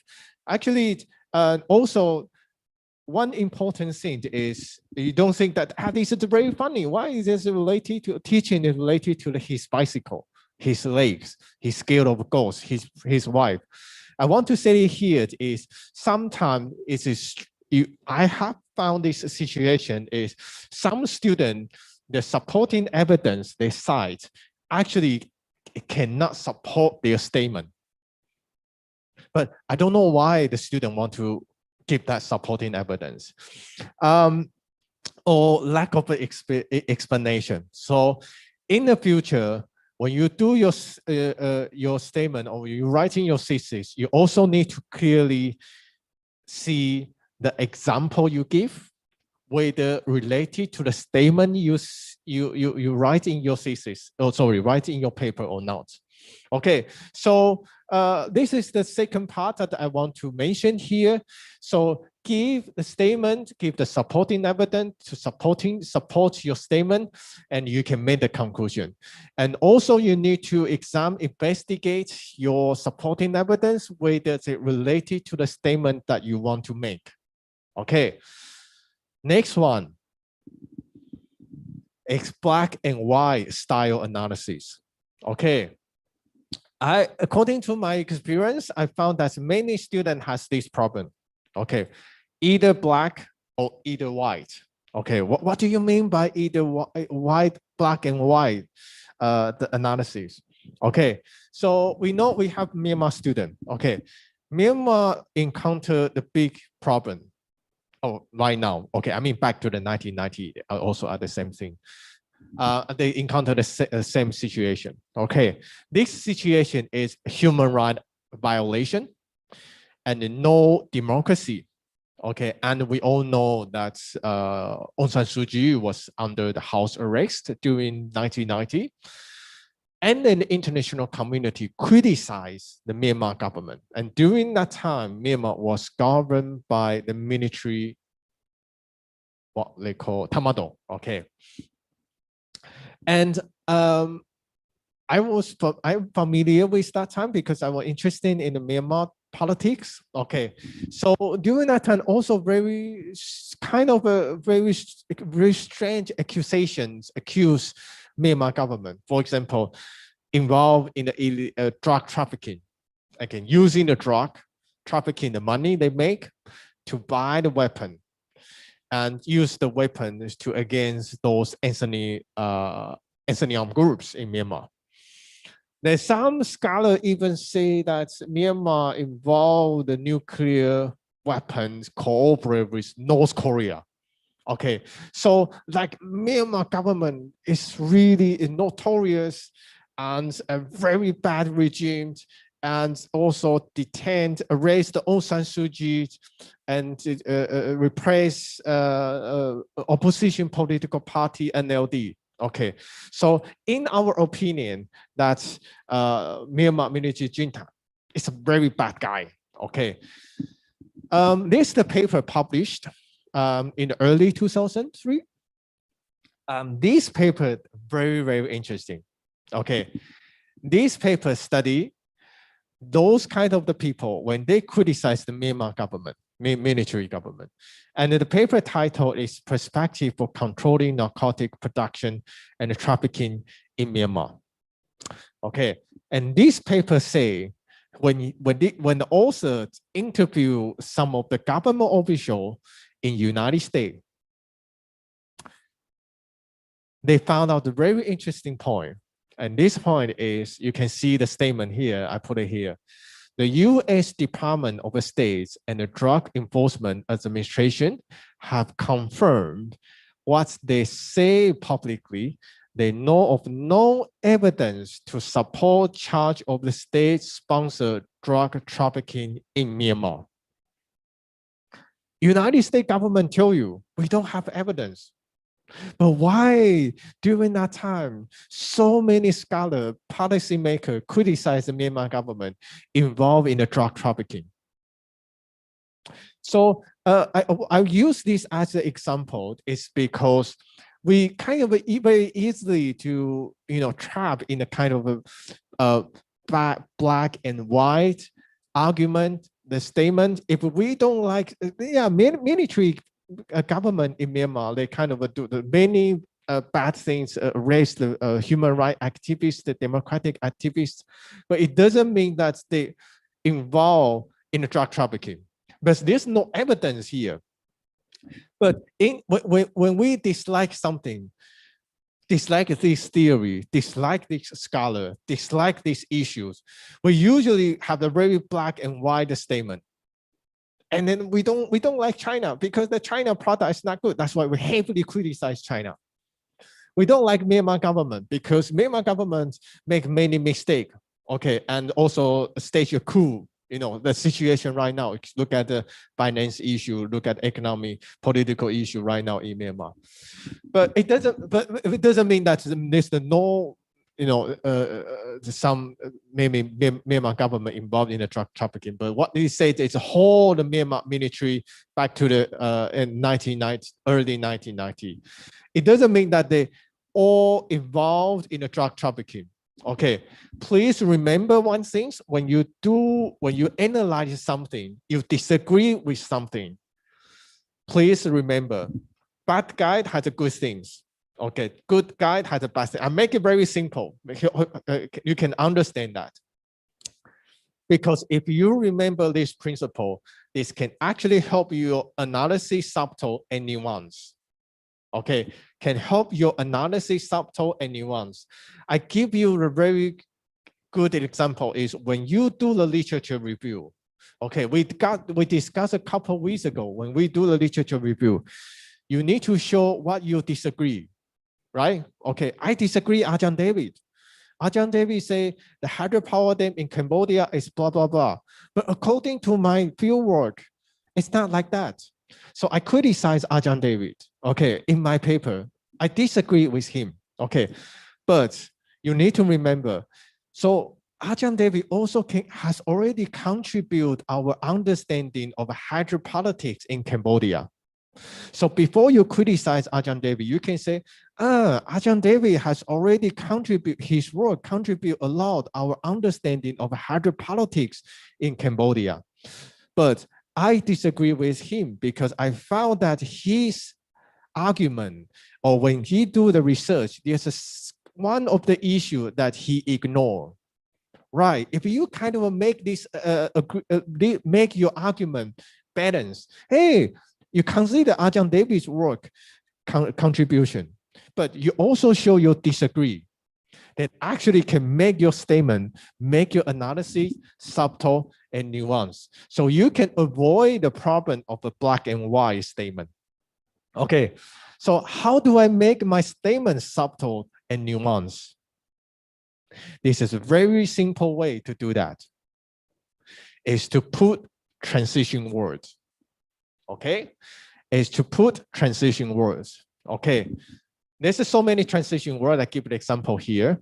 Okay, although, even though, despite, the two, okay, just ignore that, make the mistake. Okay, despite, don't expect of. Okay, so this is the one of the statement from the paper that I wrote. Okay, despite this scholar insightful research, right? I say their research is insightful, has a contribution, but their linkage between the impediment to the knowledge co-production and hierarchy does not clarify the higher end stakeholders' motivation. Right? I praise the research, and then later I say their problem. Okay, so if you can consider these, praise and critics make it together, you actually can make your statement subtle and nuanced. Please remember, use transition words. Next one, how do I make my debate powerful?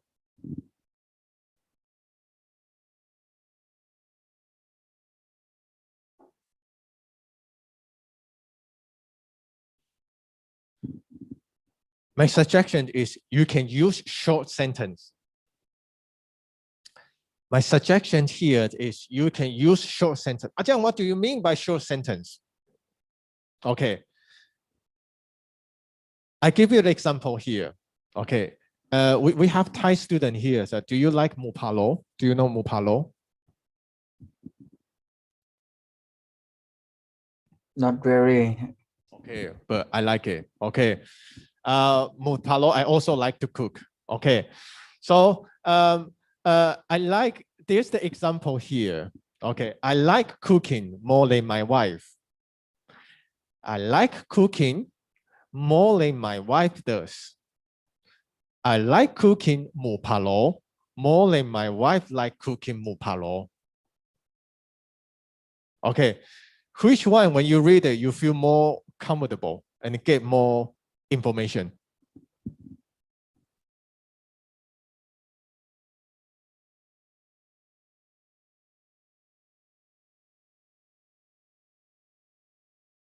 The first one. First one. Yes. Okay. But in terms of information? The information is the same. Isn't it? Okay. Yes, thank you. So actually, the example here, if you put the third one, it's kind of redundant. Okay, so when the reader read your paper, yeah, it's grammatically correct, but why do you need to mention that? Okay, so if you can shorten your sentence, actually will be very powerful. That I will explain that later. Okay, because don't forget one thing is readers are impatient. Readers are especially now like me. Okay, I need to read so many students' papers, their assignment, and give the feedback. I need 1 day or 2 days, even 1 week to finish, especially after the final, at the end of the semester, the people students submit their papers. Okay, so if you can make your sentence short, actually can help Ajahn or readers to read your papers faster. Okay, and long sentence also puzzle readers. So when we shorten our communication, our sentence, we actually keep the power to the sentence. What do you mean by the give the power? The most powerful. Let's go. Is it clear enough? Yeah, right. Let's go. And then this one, usually my wife, talk to me. Shut up. Okay.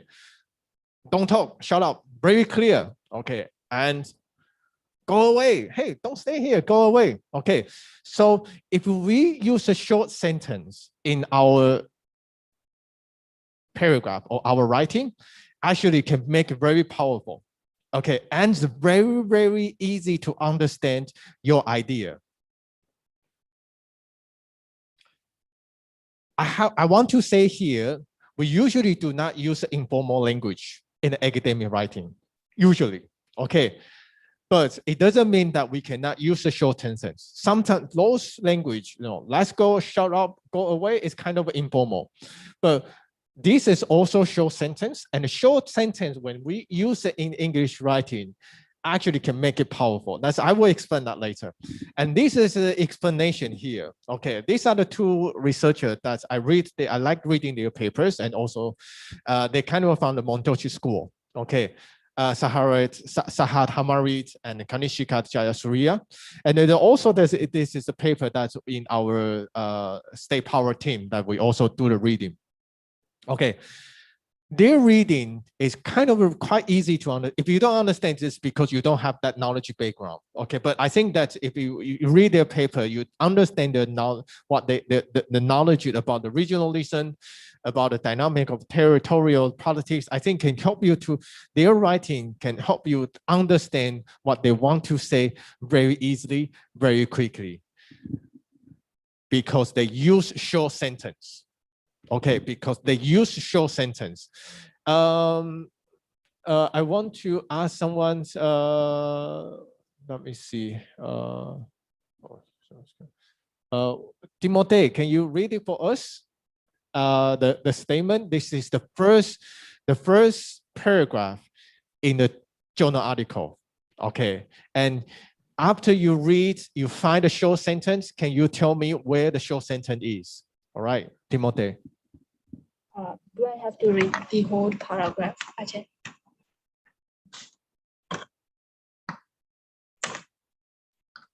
Hello? Hello? Can you hear me? Yeah. Okay. Yeah. So it has been suggested that regionalism is the new architecture of world politics. While globalization has been the buzzword of international relations, scholars in describing the imagined world order, at most it coexists with regionalization. We agree. That is the short sentence. Yeah, thank you very much. It's very clear they use a short sentence combined with the long sentence. Okay, so Timothy, can you continue reading that? That in this article, we suggest that regionalism also changes the landscape of the international nation state by transforming the ostensibly national political and policy-making institution. The concept of regulatory regionalism, we propose focus on regionalism as a process of internet transformation of the state. Okay, thank you. Yeah. Okay, thank you. So what Timothy read here is you can find the short sentence straight away, and we just very quickly understand, what the author agree and disagree, right? They use a short sentence, we agree, but they also use a transition word, but. Okay, but in this article, we suggest the regionalism also change the landscape of a national state. Okay, they use short sentence, sorry. They use a transition word. And because they use a short sentence, they use a transition word, their statement is not black and white statement.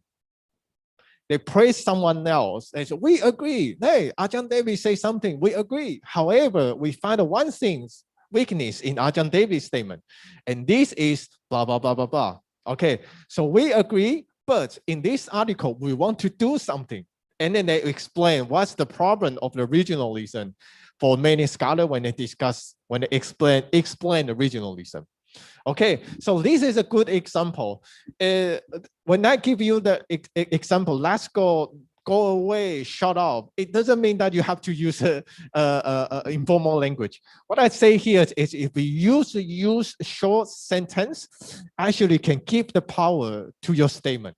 Okay, and very clear. When reader read you, I can quickly understand what you're trying to say in this paper or in this section, in this paragraph.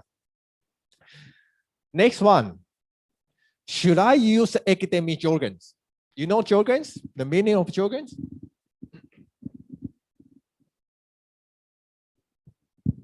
Do you know the meaning of a jargon? Don't know? Hello?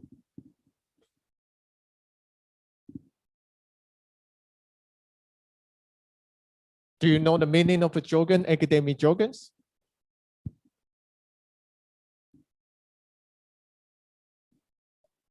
I think those are the ones difficult to understand. Like Yeah, very- yeah. Thank you, Timothy. It's something very specific term, and make it hard to understand. Okay, so should I use academic jargons in a research paper?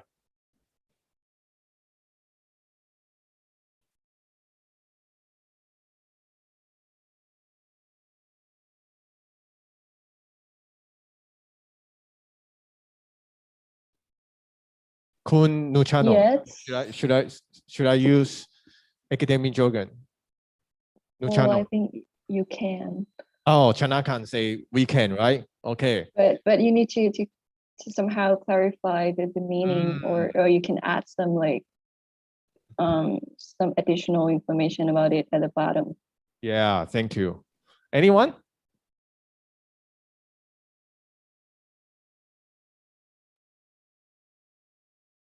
Nuchano? Can we use academic jargons? Just like for about like the topic in the research, like specifically. So do you agree to use? Yes. Okay, good. For example, I give an example for our team that we are working right now. We have so many academic jargons in our papers. Securitization, de-securitization, re-securitization, and this come from Copenhagen School and Mondochi School. We apply for the Mondochi School to discuss issue. And Mondochi School come with the social force conflict and using a politic of a skill. Right, it's so many academic jargons. Okay, so if someone else is not in the social science, or even in the social science, not political science or international relations, they kind of feel very hard to read our paper. Okay, so I kind of agree what Chananka mentioned here.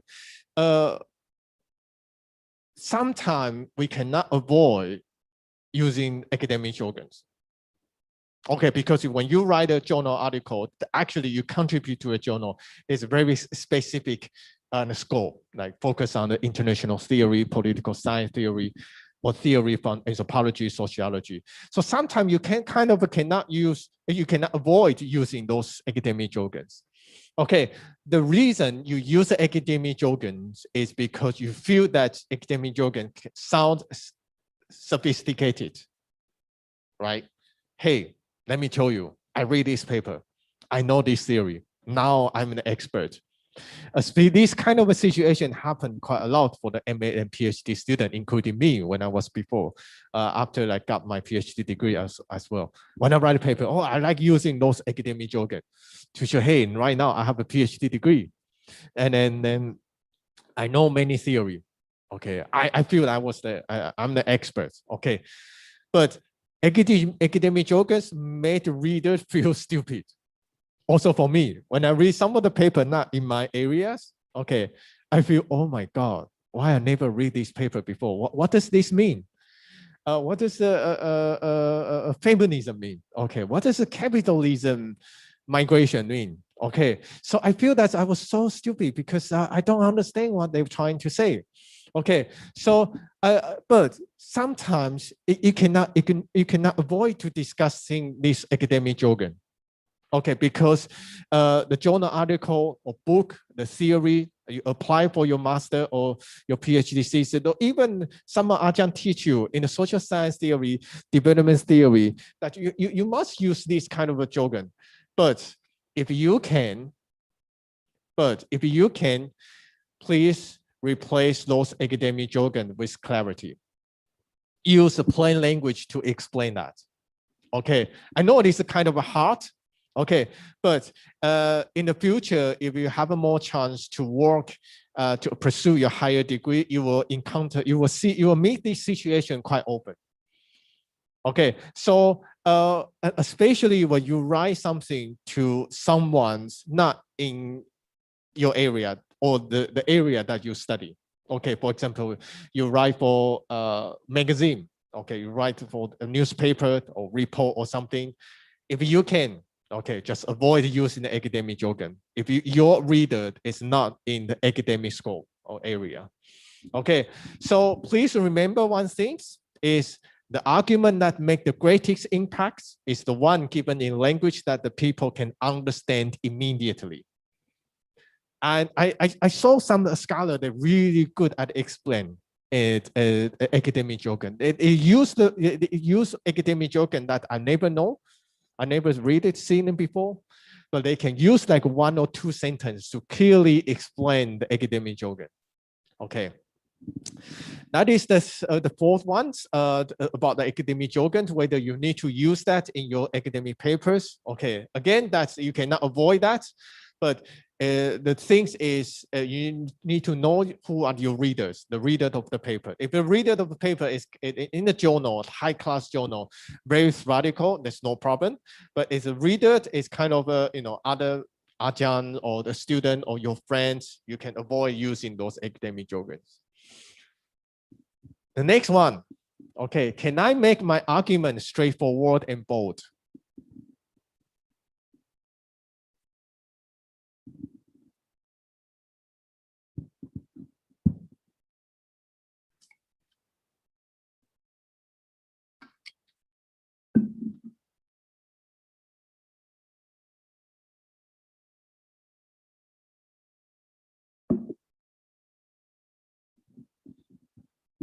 For me, I always encourage you students to make a straightforward and a bold argument.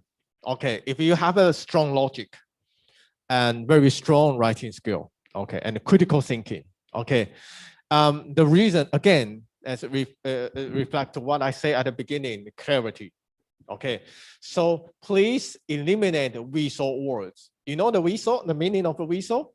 You can see the photo here. It's kind of an animal. Okay, weasels, scare that and scare this. Okay, and weasel word actually make your statement wimpy. Wimpy is your statement is. When I read your statement, I feel not confident. You're not confident about what you say, and not strong,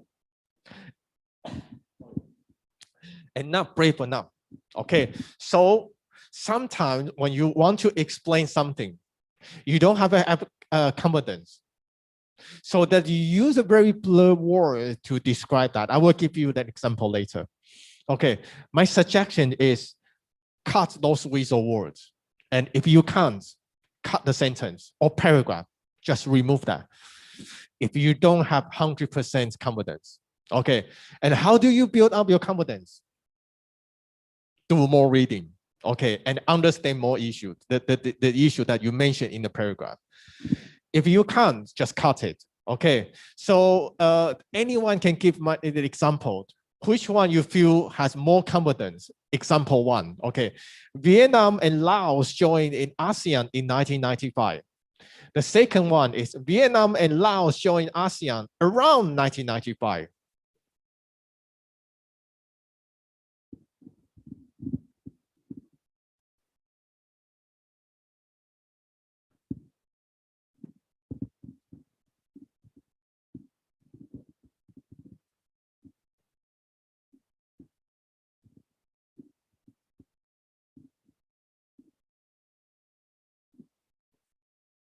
Which one?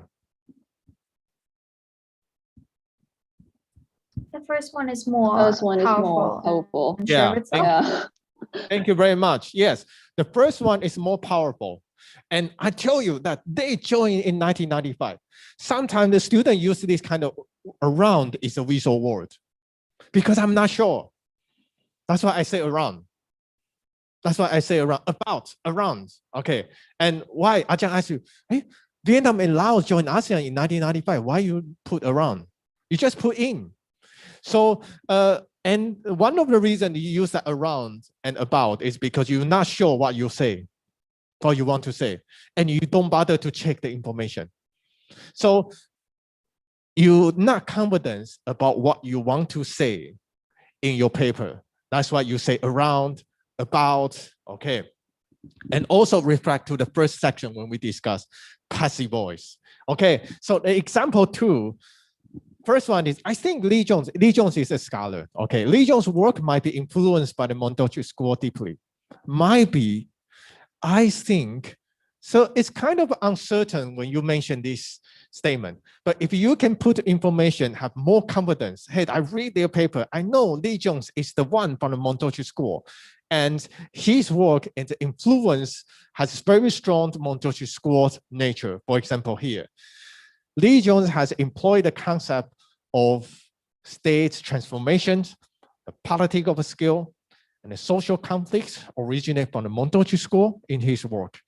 I argue that his work has a strong Mondochi school nature. Okay, very clear, very concise. I tell you, this is what my understanding of Lee Jones' work. Okay, so compared to the first one, unclear, lack of information, uncertain. The second one is more, give more powerful statement when the reader read your paper. I trust what you say. Because also when I read your reference, you cite a lot of Lee Jones' work.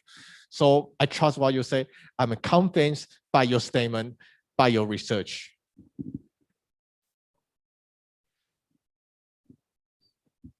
This is the paper that I read. I also recommend you to read this paper if you can write it down, his name, it is author. And also the title, you can go use the CMU library online website to find this paper. Okay, this paper, his name is Oliver Hensinger.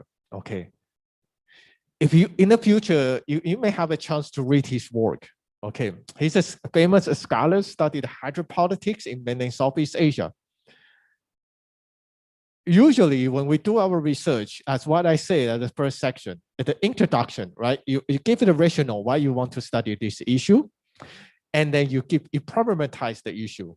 And you create the research questions and you create your main argument. All right. I mean, there's a traditional way, formal way for us to do the research. Oliver Hensinger, in his paper, he has has a high confidence about what he wants to say, what he wants to argue in his paper.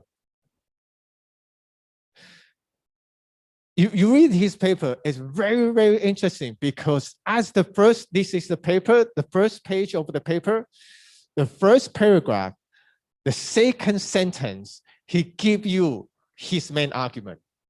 Okay, Lisa, can you read it for us? This article.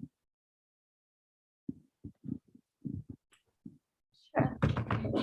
This article examines Vietnam's post-Cold War foreign policy through the lens of sub-regional cooperation in the Mekong Basin, focusing on the Mekong River Commission and the Greater Mekong sub-region. It argues that the country's strategies do not incorporate ideas of a common good, as they are enshrined in the principle of human security. Okay. In relation to water. Okay. Thank you. Okay, so hey, do you look at here? He very quickly in his paper, the second sentence, the first sentence show you what he want to do in this paper. And the second sentence show you my main argument. It argued that the country's strategy do not incorporate ideas of a common goods as they are enshrined in the principle of human security. Very clear, very concise. And when I read this paper, was wow, this very mature writing style. And he has 100% confidence what he want to say, what he want to prove in this paper. And this paper also no research question. Okay, directly tell readers what he's trying to prove is about the Vietnam foreign policy, especially hydropolitics, and what he want to examine. Okay, so it doesn't have the visual word at all here. Okay, I'm not sure I want to study that or I want to study this. Okay, you don't see that kind of a word in his paper. So the final point here is you need to have the confidence about what you want to say. If you're not confident, go check information, go read more papers, help you to build up your confidence. All right.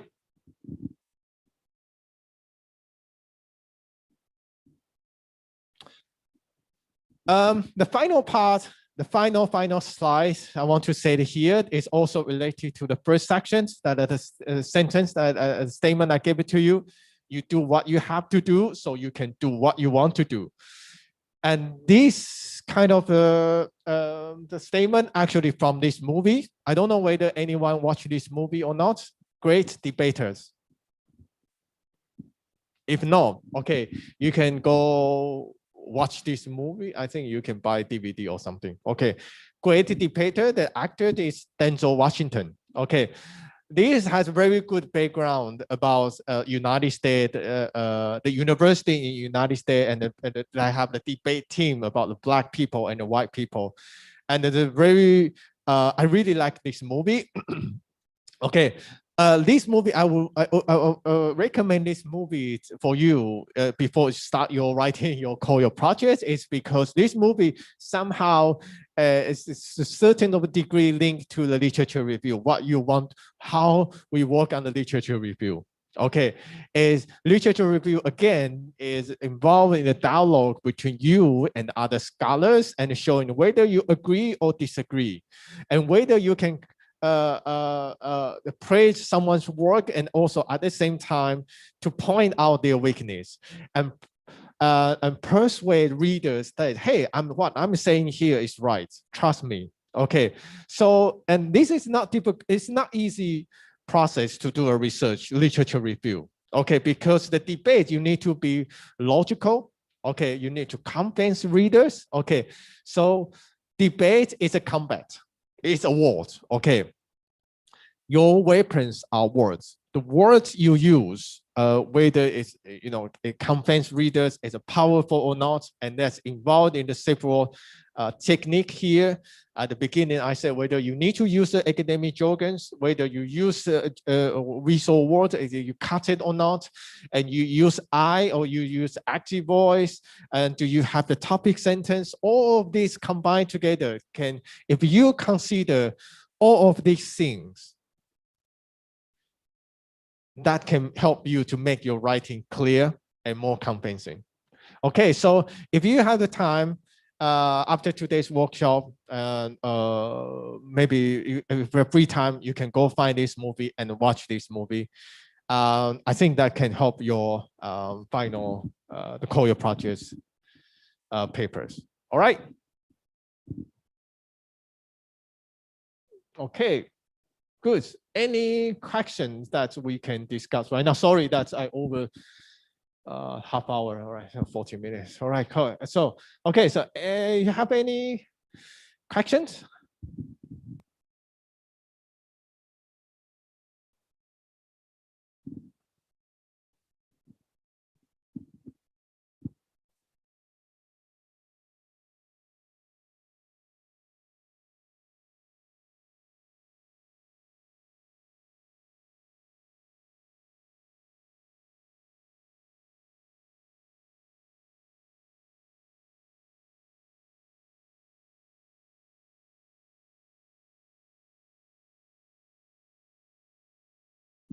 You sure you know have question?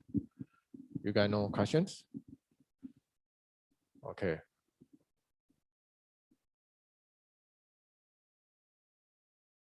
I have a question actually.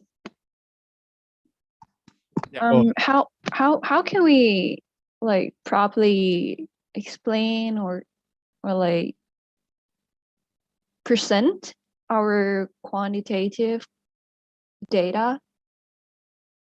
like in a tables or whatever?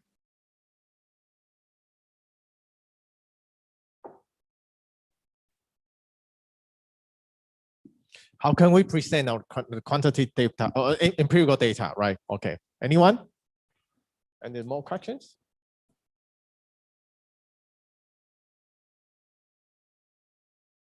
And is there any proper format for this research paper? Proper Or form. yeah, or specific format that you want or you wanted it to be?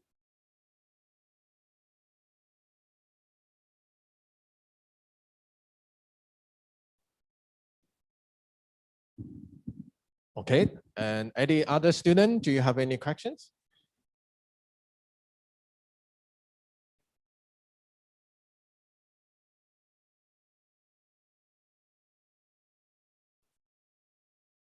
Okay, so the first is empirical data. The empirical data usually that when you apply or when you explain that, usually is to support your statement. Okay.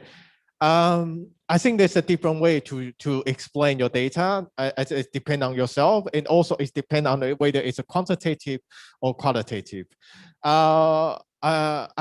I don't have too many suggestions about, because that is the personal, the way you show your data.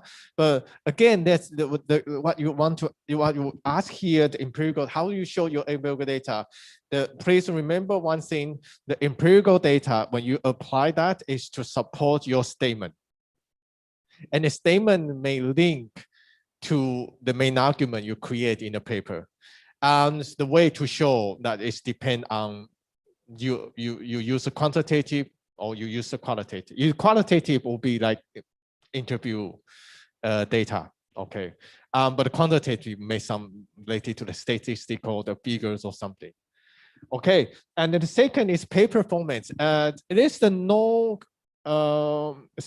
fix the standard for the paper format. If you have have a chance to go see some journal article when they accept the contributors paper, each journal article has a different standards. For example, you have to have the introduction, literature review, method, analysis, and discussion, and the conclusion. And some journal doesn't have. Okay, you can create the section you want. Okay, so there's no fix the format for the research paper. But I will say that, again, I mentioned in our faculty, we have a format for the student. You have to have the 3 research questions, and then research objective, okay, and then bring in your literature review and then analytical framework, okay. So that's kind of a big standard. Okay, but that is because we train the student to have research ability. But usually some journal, they have, but some journal do not have. When you want to contribute to a journal, you can go see their journal website where they have the standard section. For example, you have to have the introduction. What do you need to mention in the introduction?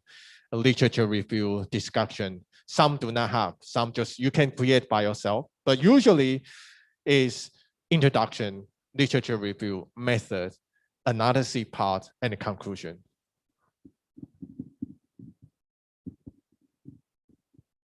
Thank you, Rich and David.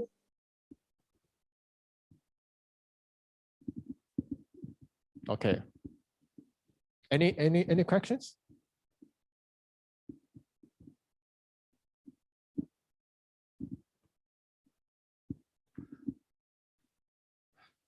Okay, so if you are shy, you don't want to ask me through the, you can send me the email, okay, or you can send me email to Pinot and ask me the questions, or you want to share, if you write your COIL project, you encounter some writing problem or something, you can come to discuss with me or write an email with me. I'm happy to discuss with you this. So to discuss some issue, maybe some issue that I've never encountered. Okay, so if no questions, should we end it today? Is it okay for everyone? Yes, I think it's okay now. Okay, so please try to remember what I gave to you today. The 3 principles when you do the writing, topic sentence, use I, use active voice, and also the second section, critical writing. You need to remember the relation between the main argument and research questions. And also when you do some critical writings, be careful the academic jargons, whether you use the resource words or not. What else? Can't remember. Let me see.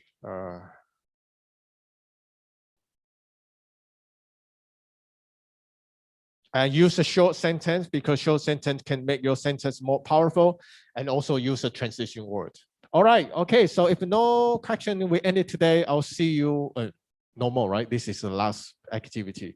I see you in the future in the campus. All right. Thank you. Thank you, Raja. Rajan. Okay, bye Thank bye. you. Have a nice Bye. day. Oh, you too. You too. Bye bye.